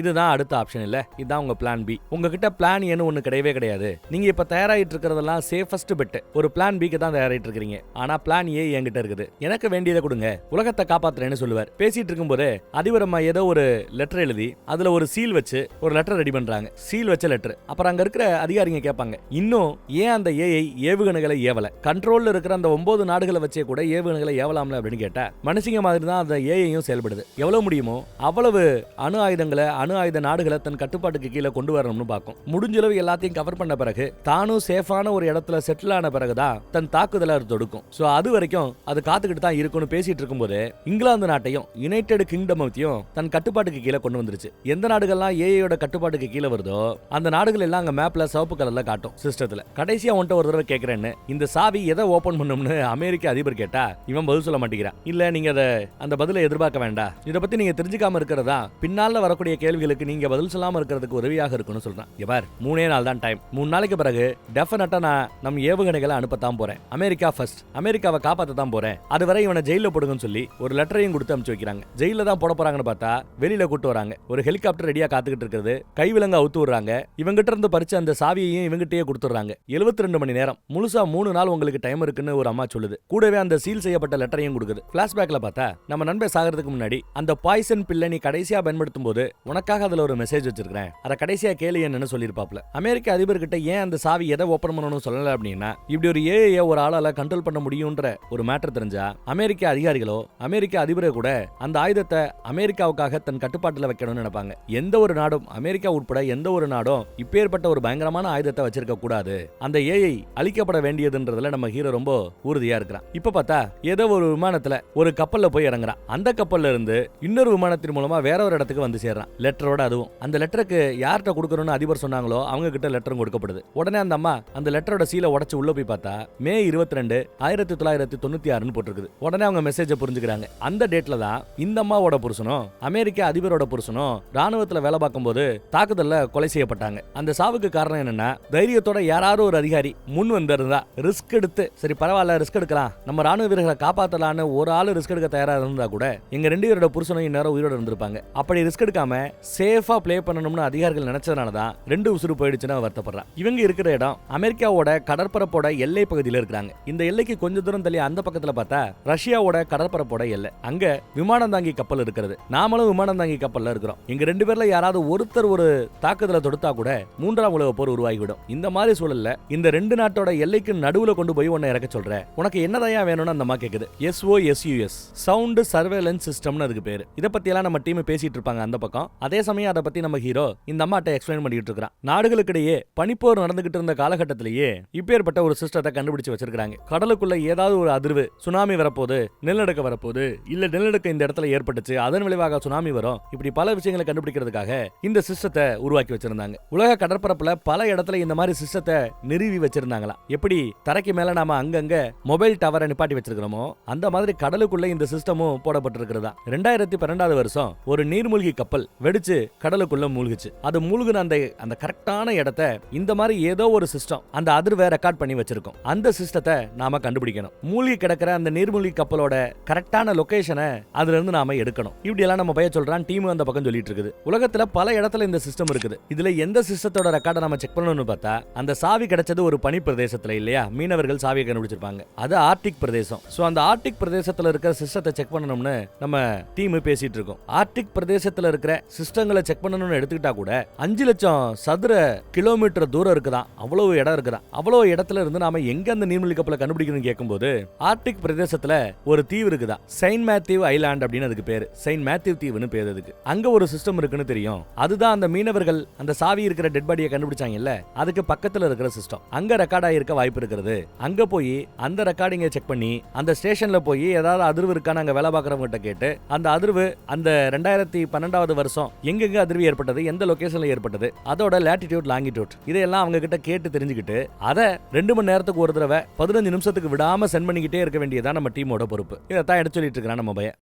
ஆனா இவங்க தேடுறாப்லயே ஒரு கால் அந்த பக்கத்துல இருக்கிற ரஷ்யாவும் தேடிச்சுனா அவங்க மூலமா பிரச்சனை வந்துச்சுனான்னு நம்ம ஆட்கள் யோசிச்சுட்டு இருக்காங்க. அதே மாதிரிதான் அந்த அம்மாவும் யோசிக்குது. சரி நீர்மூழ்கி கப்பலை கண்டுபிடிச்சிட்ட, உள்ள போய் நீ வேண்டிய ஹார்ட் டிரைவை எடுத்துட்ட, அப்புறம் என்ன அப்படின்னு கேட்டா எனக்கு அந்த லொகேஷனோட லேட்டிடியூட் லாங்கிடியூட் எங்க அந்த நீர்மூழ்கி கப்பல் விழுந்து கிடக்கிறதோ அந்த லொகேஷனை கண்டுபிடிச்சு எனக்கு அனுப்பிடுவாங்கல்ல. பின்னாடியே அந்த இடத்துக்கு என் டீமும் வந்துடும். அதுக்குள்ள நானும் அந்த ஹார்ட் டிரைவ் எடுத்துட்டு மேல வந்துருவேன். நான் கடல்ல எங்க இருக்கிறேங்கிறத அவங்கிட்ட ஒரு டிராக்கர் இருக்குமா, அதான் நம்ம உடம்போட வச்சிருப்பான். அந்த டிராக்கரை நாம ட்ராக் பண்ணி கடல்ல எங்க இருந்தாலும் அவனை கண்டுபிடிச்சிட முடியும், அவனை போய் காப்பாற்ற முடியுங்கிறாங்க. ஆனா அங்கெல்லாம் தண்ணி எல்லாம் உறைஞ்சு போய் பனிக்கட்டி ஆயிடும். கடலுக்குள்ள இருந்து அவன் மேல வரதுக்குள்ள, ஆழ்கடல்ல இருந்து மேல வரதுக்குள்ள மேல் பரப்புல இருக்கிற பனிக்கட்டி எல்லாம் கட்டி ஆயிடும். அந்த தண்ணி எல்லாம் கட்டி ஆயிடுமே கேட்கும்போது அப்ப நாம பனிக்கட்டியை உடைக்கிறதுக்கு ரம்பத்தெல்லாம் எடுத்துட்டு போகணும். அவன் எங்க இருக்கிறாங்கிற இடத்த மேல இருந்து பார்த்தாலே தெரியும். ஏன்னா பனிக்கட்டிக்கு கீழே பாடி இருக்கிறத பாத்திர முடியும். அங்க அதை பனிக்கட்டிகளை வெட்டி உள்ள இருக்கிறவனை எடுத்து பை த டைம் அவன் உடம்பெல்லாம் உறைஞ்சு போய் கிடக்கும். அவனை சூடேத்துறதுக்காக டீகம்ப்ரஷன் சிக்னஸ் ஒரு டீகம்ப்ரஷன் மெஷின் ஒன்னு இருக்குது. அந்த மெஷினுக்குள்ள அவனை போட்டு அவனை காப்பாற்றணும்னு எல்லாத்தையுமே காட்டுறாப்ல. ஹைபர்பாரிக் டீகம்ப்ரஷன் சேம்பர் அது. இதுக்குள்ள போட்டு சரியான நேரத்துல அவனை போட்டு காப்பாற்றணும். இதுதான் பிளான். நாங்க டீம் எல்லாம் பேசிட்டு இருக்குது போல. நம்மளும் பிளானை பத்தி எல்லாம் இங்க எடுத்து சொல்லிட்டு இருக்கிறான். விமானம் ஏன் பழைய விமானம் கேட்டேன்னு கேட்கும்போது சொல்லுவா இந்த மாதிரி டிஜிட்டலா இருந்துச்சுன்னா ஏஐ கண்ட்ரோலுக்கு வந்துரும்னு. அப்ப கப்பலும் உனக்கு அந்த மாதிரி பழமையான கப்பலா இருந்தா கரெக்டா இருக்கும்னு சொல்லி ஒரு பழமையான கப்பலை பத்தி இந்த மாதிரி எடுத்து சொல்லுது. இந்த ஒரு டிஜிட்டல் டிரான்ஸ்மிஷன் அதுல நடக்காதான். இன்னும் பழைய ரேடியோ ஃப்ரீக்வன்சிகளை தான் பயன்படுத்திட்டு இருக்காங்களா. சோ அந்த கப்பலோட கேப்டன் எனக்கு வேண்டப்பட்டவர் தான், அவரை உனக்கு உதவி பண்ண சொல்றேங்கிறாங்க. அவங்க கழுத்துல கிடந்த ஒரு டாலர் எடுத்து அவங்க கிட்ட ஒப்படைச்சிட்டு ஒரு விமானத்துல இவரை அனுப்பி வைக்கிறாங்க. நேரம் இல்ல, மட நேரம் போய்கிட்டு இருக்குது. இந்த பக்கம் பார்த்தா அதிகாரிகள் எல்லாம் அமெரிக்க அதிபர் கூட சண்டை போட்டுட்டு இருக்காங்க. எப்படி அவனை நீங்க ரிலீஸ் பண்ணலாம், அவனை எப்படி நீங்க நம்பலாம் அப்படின்ட்டு. உலகத்தை காப்பாத்துறதுக்கு நம்ம கிட்ட இருக்கிற ஒரே ஆப்ஷன் அவன் தான். அவன் எடுக்கிற ரிஸ்க நீங்களும் நாமளும் எடுக்க மாட்டோம், நான் தான் பிரசிடென்ட், நான் சொல்றதை கேளுங்கன்னு ஃபைனலா சொல்லிட்டாங்க. இன்னும் 2 நாள் 13 மணி நேரம் தான் பாக்கி இருக்கிறது. இந்த பக்கம் ஏஜென்சி தலைவர்கள் இனி நாமளே தான் ஸ்டெப்பை கையில் எடுக்கணும், அவன் எங்க போவான் என்ன பண்ணுவாங்கிறத விசாரணை பண்ணி கண்டுபிடிக்கணும்னு முடிவெடுக்கிறாங்க. என்ன குறுக்கால வந்து என்ன சேட்டை செய்ய போறாங்கன்னு தெரியல. இந்த பக்கம் நம்ம டீம் ஆர்டிக் பிரதேசத்துல வந்து அந்த ஸ்டேஷன் இருக்கிற இடத்துலயே வந்து இறங்கிடுறாங்க. ஸ்டேஷனோட கதவை திறந்தா அந்த கிராமத்து பொண்ணு ஒருத்தி இருக்காங்க. அவங்களுக்கு இங்கிலீஷே சரியா பேச வராது. உள்ள ஒருத்தர் வரார். இவர் தான் இந்த ஸ்டேஷனோட இன்சார்ஜ் போல. அவரோட பேரை சொன்னதுமே நம்ம பயலுக்கு அவர் யாரு எப்பேற்பட்டவனு தெரிஞ்சது. ஒரு காலத்துல சிஏவுக்காக பிளாக் வால்ட் தூம்னு ஏதோ ஒரு பெரிய டெக்னாலஜிலாம் உருவாக்குனாரு. யாராலையும் உள்ள வர முடியாத ஒரு சேஃப்டி லாக்கர் ரூமையும் உருவாக்கி இருந்தாராம். அப்பேற்பட்ட ஒருத்தர் இப்படி ஒரு ஆர்டிக் பிரதேசத்துல இத்தனை வருஷம் கிடைக்கிறீங்களேன்னு ஆச்சரியப்பட்டு கேட்பான். அது ஒண்ணுமில்ல தம்பி, நீ சொல்ற அந்த பிளாக் வால்ட்டுங்கிற உலகத்தோட சேஃபான ஒரு ரூமை நான் தான் உருவாக்கினேன் சிஏஏவுக்காக. ஆனா அந்த ரூமுக்குள்ளேயே ஒரு பய உள்ள புகுந்து பிரீச் பண்ணிட்டான். அப்பயே என்ன ஆளில்லாத காட்டுக்கு தூக்கி போடுறாப்ல இந்த பிரதேசத்துல இந்த ஸ்டேஷன்ல தூக்கி போட்டுட்டாங்கன்னு சொல்றாரு. 30 வருஷமா இங்க தான் சர்வ் பண்ணிட்டு இருக்காரா. ஆமா, என்ன பத்தி நிறைய மேட்டர் தெரிஞ்சிருக்குதே, நீ யாருப்பா அப்படின்னு கேட்கும்போது நம்ம ஆளு முழிக்கிறான். ஏன்னா இவர் உருவாக்குன அந்த வால்ட்டுக்குள்ள புகுந்து நிறைய சேட்டை பண்ணி இவரோட வேலை போறதுக்கு காரணமானதே நம்ம ஹீரோவும் இந்த டீம் தான். சரி, நீங்க வந்திருக்கிறதுக்கான மேட்டர் சொல்லுங்க படம். அவர் கேட்க 2012 டிசம்பர் மாசம் அப்படின்னு சொன்னதுமே டப்புன்னு அவர் புரிஞ்சுக்கிறாரு. ஓ, அந்த என்டிட்டி அந்த ஏஐ தன் வேலையை காட்ட ஆரம்பிச்சிருச்சான்னு கரெக்டா சொல்றாரு. என்னடா இவங்க ஆச்சரியமா பாக்குறாங்க. நான் பல வருஷமாவே அமெரிக்க சிஐஏ கிட்ட இந்த மாதிரி ஒரு ஏஐ தாக்குதல் நடக்க வாய்ப்பு இருக்குது, ஒரு ஏஐ வளர்ந்து வருது, அதை நிப்பாட்டுங்கன்னு பல தடவை எச்சரிக்கை கொடுத்தேன். ஆனா ஒரு பையன் என் பேச்ச கேட்கலன்னு கரெக்டா சொல்றாப்ல. பேசிட்டு இருக்கும்போதே பார்த்தா உள்ள இருந்து ரஷ்ய வீரர்கள் வராங்க. எஸ், ரஷ்யாவுக்கும் அந்த நீர்மூழ்கி கப்பல் தேவை. சோ அவங்களும் அங்க வந்து நிக்கிறாங்க. இந்த பக்கம் நம்ம ஹீரோ இறங்க வேண்டிய இடம் வந்துருச்சு. ஹீரோ இப்ப எங்க வந்துட்டு இருக்கான், ஒரு நீர்மூழ்கி கப்பல் கிட்ட வரணும். ஏற்கனவே ஒரு அம்மா $1 கொடுத்து விட்டுச்சுல ஒரு செயின், அந்த செயின் அவர்கிட்ட ஒப்படைச்சு உதவி பண்ணுங்கன்னு கேட்கணும். ஆனா நீர்மூழ்கி கப்பல் எங்க இருக்குன்னு தெரியல. குத்துமதிப்பா கடல்ல ஒரு இடத்துல வந்து நிக்கிறாங்க. ரொம்ப நேரம் இங்க சுத்திக்கு தெரிய முடியாது. ஏன்னா ரஷ்யாவோட விமானங்கள் அந்த பக்கத்துல பறக்குதுங்க. உங்க நாட்டு எல்லையை தாண்டி வரீங்க, இந்த பக்கம் பறக்க கூடாதுன்னு அவங்க இவங்களை மிரட்டுற விதத்துல சுத்தி சுத்தி வராங்க ஜெட். இதுக்கு மேல எங்களால தெரிய முடியாது, என்ன பண்ணலாம்னு கேட்கும்போது நீங்க கிளம்புங்க சொல்லிட்டு எந்த யோசனையும் இல்லாம அப்படியே கடலுக்குள்ள குதிக்கிறாங்க. அமெரிக்க விமானம் 2 அங்க இருந்து கிளம்பிடுச்சு. இதை விரட்டுறதுக்கு வந்த ரஷ்ய விமானங்களும் அங்க இருந்து கிளம்பிடுச்சு. போர் விமானங்கள் எல்லாம் கிளம்பிடுச்சு. இவன் கடல்ல தனியா தத்தளிச்சுக்கிட்டு இருக்கிறான். அடா பாவி, யோசிக்காம இப்படி குதிச்சியாடான்னு பார்த்தா திடீர்னு சுத்தியும் முத்தியும் ஒரு 4-5 பேர் கடலுக்குள்ளேயே மூழ்கி போய்கிட்டு இருக்கிறவங்க வந்து அவனை காப்பாத்தி நீர்மூழ்கி கப்பல்ல கூட கொண்டு போய் சேர்க்கிறாங்க. இப்போ என்ன ஆயிடுச்சுன்னா சைனாவோட ஏவுகணைகளும் அந்த ஏஐயோட கண்ட்ரோலுக்கு கீழே வந்துருச்சு போல தெரியுது. எங்கடா இருக்கடே அப்படின்னு அதிபரே நம்ம ஹீரோவோட அப்டேட்டுக்காக காத்து கிடக்குறாங்க. இந்த பக்கம் பார்த்தா நீர்மூழ்கி கப்பலுக்குள்ள நம்ம ஹீரோவை கூட்டிட்டு வந்துட்டாங்க. இந்த நீர்மூழ்கி கப்பலுக்கு தான் நம்ம ஹீரோ வரணும்னு இருந்தான். நல்ல வேலை பக்கத்திலே இருந்ததுனால வசதியா போச்சு. கேப்டனும் வராரு. யாரா அவன் முட்டாப்பையா அப்படின்னு வந்து திட்டுறாரு. அப்பதான் தான் கழுத்துல கிடக்கிற அந்த செயின் எடுத்து கொடுக்குறான். குளிர்ல இருந்து அவனை காப்பாத்தணுங்கிறதுக்காக சுடுதண்ணில அவனை குளிக்க வைக்கிறாங்க. அவன் கழுத்துல இன்னும் அந்த சிலுவை சாவியை போட்டுருக்காங்க. கவனிக்கலாம். என்ன வேலைக்காக வந்திருக்கேன்னு கேட்டா அது கிளாசிஃபைடு சொல்ல முடியாதுங்கிறான். $1 கொடுத்து ஏதோ ஒரு உதவி கேட்கிற. என்னடா உதவி வேணும்னு கேட்டா உங்க ஆண்டனாவை ரெடி பண்ணி நல்லா ரெடியா வச்சு காத்துக்கிட்டு இருக்கேன். ரேடியோ ஃப்ரீக்வன்சி ஒன்று ரிசீவ் ஆயிட்டு இருக்கும். ஒவ்வொரு 2 மணி நேரத்துக்கு ஒரு தடவை ஒரு காமன் நேரத்துக்கு தொடர்ந்து ஒரு லாட்டிடியூட் லாங்கிடியூட் ஒரு லொகேஷன் உங்களுக்கு கிடைச்சிட்டு இருக்கும். அந்த லொகேஷனுக்கு என்ன கூட்டிட்டு போய் என்ன இறக்கி விட்டுருங்க. இவ்வளவுதான் நீங்க செய்ய வேண்டியது அப்படிங்கிறான். அவரும் சரின்னு ஒத்துக்கிறார். இந்த பக்கம் பார்த்தா அந்த ஸ்டேஷன்ல ரஷ்யர்கள் அந்த கோஆர்டினேட் என்னங்கறத தெரிஞ்சுக்கணும்னு இருக்காங்க. நம்ம அமெரிக்க டீமுக்கும் கோஆர்டினேஷன் வேணும். அவங்களுக்கும் அந்த நீர்மூழ்கி கப்பல் மூழ்கின இடம் என்னன்றது தெரியணும். ஆனா 12-13 வருஷத்துக்கு முன்னாடி நடந்த அந்த அதிர்வுகள் சம்பந்தப்பட்ட ரெக்கார்டெல்லாம் இங்க ஃபிளாப்பில தான் அந்த காலத்துல ரெக்கார்ட் பண்ணிக்கிட்டு இருந்தாங்களாம். ஃபிளாப்பி ரீடர் எங்க கிட்ட இல்ல, அது இருந்தா தான் கோஆர்டினேஷனை சொல்ல முடியும் அப்படிங்கிறாப்ல ஸ்டேஷன் மாஸ்டர் சொல்றாரு. ரஷ்யாக்காரங்க என்ன சொல்றாங்க, உங்களுக்கு 1 மணி நேரம் டைம், ஃபிளாப்பியை ரீட் பண்ணக்கூடிய அந்த ரீடரை நீங்க ரெடி பண்ணுங்க அப்படின்னு சொல்லி 1 மணி நேரம் டைம் கொடுத்துருக்காங்க ரஷ்யாக்காரங்க. ஆனா ஸ்டேஷன் மாஸ்டர் என்ன சொல்றாரு, எல்லாம் போயிடா தம்பி, நேரம் வாங்கணுங்கிறதுக்காக அந்த மாதிரி நான் போய் சொன்னேன். 2012 டிசம்பர் அப்பெல்லாம் நான் இங்க தான் இருந்தேன். அந்த மாதிரி ஒரு நீர்மூழ்கி கப்பல் வெடிச்சு செதறி ஒரு இடத்துல லேண்ட் ஆறப்போ அந்த அதிர்வை நான் கவனிச்சேன். அந்த கோஆர்டினேட்டா அப்பயே நான் நல்லா தெரிஞ்சு வச்சுக்கிட்டேன். அதை பத்தி யார்ட்டையாவது சொல்லணும், அங்க ஏதாவது இருக்குமோ அதை கண்டுபிடிக்கணும்ன்றத பத்தி எல்லாம் நான் அப்பயே யோசிச்சேன். ஆனா அந்த சம்பவம் நடந்த ஒரு மாசத்துக்குள்ள அமெரிக்காவை சேர்ந்த ஒரு டீம் வந்து இங்க இருந்த மொத்த ஹார்ட் டிஸ்க் லொட்டு லொசுக்கு எல்லாத்தையுமே இங்க வந்து அள்ளிட்டு போயிட்டாங்களா. சோ நீங்க எதிர்பார்க்கிற அந்த அதிர்வு இருக்கக்கூடிய அந்த டேட்டா இருக்கக்கூடிய ஃபிளாப்பி டிஸ்க் நீங்க எதுவுமே இல்ல தம்பி, எல்லாம் போயிடுச்சு தம்பி அப்படிங்கிறாப்ல. ஆனாலும் அன்னைக்கு நடந்த சம்பவத்தை என்னால மறக்கவே முடியாது. அந்த கோஆர்டினேட்ஸை அப்படியே நான் மனசுல பதிய வச்சிருக்கிறேன்னு அதை ஒரு பேப்பர்ல அழகா எழுதி கொடுக்குறாரு. நம்மால மிரண்டு போறாப்ல. நம்ம ஹீரோ எதிர்பார்த்த அந்த நீர்மூழ்கி கப்பல் மூழ்கி இருக்கிற அந்த இடத்த ஒரு பேப்பர்ல அழகா எழுதி வச்சிட்டார். தன்னோட வாட்சை தான் பொண்டாட்டிட்ட கொடுத்துட்டு நாய்க்கு சோறு வைக்கணும், நாய்கள் எல்லாம் பாவம், அது கத்திக்கிட்டே இருக்கிறதுனால என்னால யோசிக்க முடியல, நாய்க்கு சோறு வையி அப்படின்னு சொல்லி வாட்சை கொடுத்துட்டு அப்படியே லைட்டா பேசுறாரு. ஏதோ ஹிண்ட் கொடுக்குறாப்புங்கிறத அந்த அம்மா புரிஞ்சுக்குது. கை கொடுக்குறாப்ல தான் தெரியும். அப்படியே வாட்சை எக்ஸ்சேஞ்ச் பண்ணிக்கிட்டாங்க. உதவிக்கு யாராவது போலாமேன்னு பேசும்போது நம்ம ஹீரோயின் நான் போறேன்னு சொல்றா. சரி, 2 பொண்ணுங்க தானே கூட ஒரு ரஷ்ய வீரனை மட்டும் துணைக்கு அனுப்பிச்சு விடுறாங்க. மீதி ஆட்கள் எல்லாம் இங்க இருக்காங்க. அந்த பக்கம் பார்த்தா நம்மால ட்ரெட்மில்ல ஓடிக்கிட்டு இருக்கா. அவனோட லிவர் நல்ல செயலோட இருக்கணும், ஆற்றலோட இருக்கணும், நல்லா பம்ப் ஆயிட்டே இருக்கணும். அதுக்காக ஓடிக்கிட்டு இருக்கான். இன்னும் கொஞ்சம் நேரத்துல அவன் தண்ணிக்குள்ள இறங்க வேண்டிய நேரம் வந்துரும் போல தெரியுது. இங்க ஏகப்பட்ட நாய்கள் இருக்கிறது. இவ்வளவு நாயை எதுக்காக வளர்க்குறாங்க, அதுவும் பனிப்பிரதேசத்துலன்னு யோசிக்கலாம். நாய்கள் தான் பனிப்பிரதேசத்துல சறுக்கிட்டு போகக்கூடிய அந்த வண்டிகளை இழுத்துட்டு போகும். சோ அங்க அவங்க வந்துட்டாங்க. சோறு வைக்க முயற்சி பண்ணும்போது அந்த அம்மா ஏதோ சைகை காட்டுது.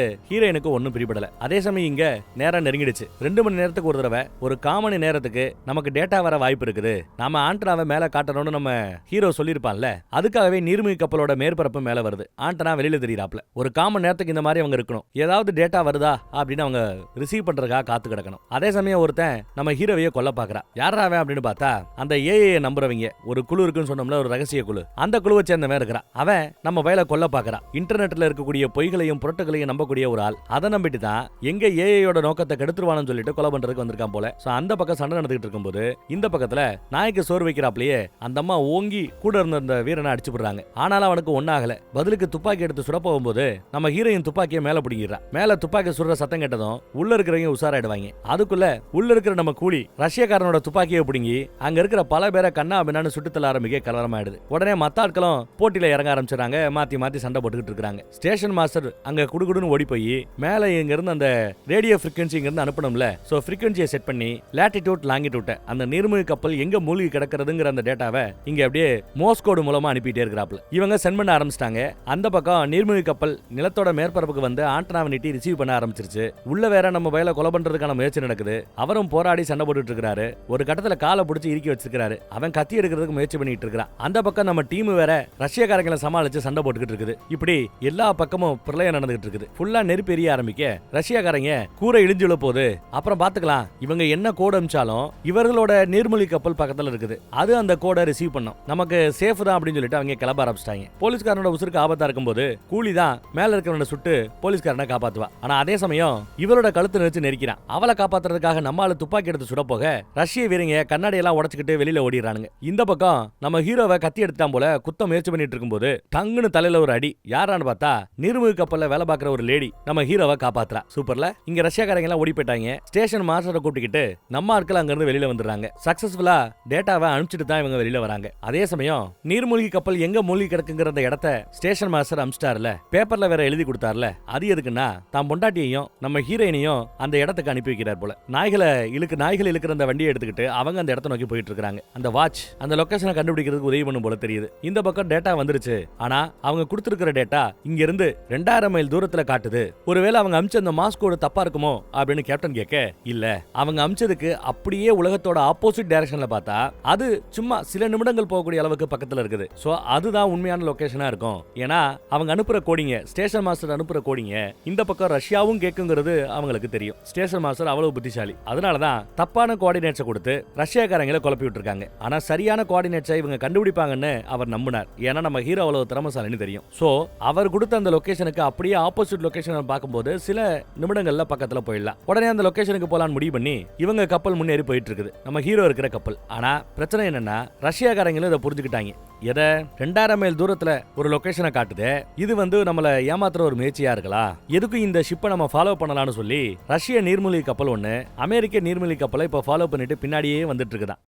ஸோ இவங்க வண்டியை நிப்பாட்டினாலும் அந்த இடத்த அவங்க கேட்ச் பண்ண வாய்ப்பு இருக்கு. ஸோ வண்டி நிக்காது. வண்டி போய்கிட்டே இருக்கும்போது உன்னை இறக்கி விடுவோம், பண்ணிடுவியா அப்படின்னு கேட்க நம்ம ஆளு சரின்னு ஒத்துக்கிறான். ரொம்ப ரிஸ்க்னு அவர் எவ்வளவு சொன்னாலும் கேட்கல. வேற வழியில் இதை பண்ணித்தான் ஆகணுங்கிறாப்ல. இறங்க வேண்டிய இடம் பக்கத்தில் நெருங்கி வரதுனால முன்னாடியே அந்த ஷூட்டு கிட்டெல்லாம் போட்டு இவனோட லொகேஷனை ட்ராக் பண்றதுக்கு ஒரு ட்ராக்கிங் வேணும்ல, அந்த ட்ராக்கிங் டிவைஸையும் கொடுக்குறாங்க. உடம்புல செட் பண்ணியாச்சு. அப்புறம் இவரோட சாவி அதை சைட்ல சொருகியாச்சு. என் ஷூட்டு பத்திரமா திருப்பி கொண்டு வந்துரு அப்படின்னு அந்த பொண்ணு சொல்லிட்டு கிளம்புறா. ஷீல்டு பண்ணிட்டாங்க. அந்த ரூமுக்குள்ள இப்ப தண்ணி கொஞ்சம் கொஞ்சமா வர ஆரம்பிக்கும். ஃபுல்லா தண்ணி நிறைஞ்சதும் கதவு திறக்கப்பட இவன் வெளியில வரணும். இவன் நீர்மூழ்கி கப்பலுக்குள்ள இருக்கிறாங்கிறத ஞாபகம் வச்சுக்கோங்க. கதவு திறந்தது ஒரு செகண்ட் பயப்படுவாப்ல. நின்னா இறங்குறது வசதி. இப்படி வேகமா போய்கிட்டு இருக்கிற நீர்மூழ்கி கப்பல்ல இருந்து எகிரி குறிச்சு போகணும்னா கொஞ்சம் கஷ்டம் தான். படு வேகமா குறிச்சு எப்படியோ அந்த நீர்மூழ்கி கப்பல்ல இருந்து வேலையில வந்துட்டான். ஆனா பின்னாடியே ரஷ்ய நீர்மூழ்கி கப்பல் வருது. அது நேருக்கு நேரா போக எப்படியோ நீந்தி அதுல இருந்து எஸ்கேப் ஆவான். ஆனா அதோட சிறகு பகுதியில போய் மோதிடுறான். கண்ணா பின்னான்னு சுத்தி வராங்க. இந்த நீர்மூழ்கி கப்பலோட காத்தாடி பகுதி அதுல மோதினான்னா துண்டு துண்டாயிருவான். நல்ல வேலை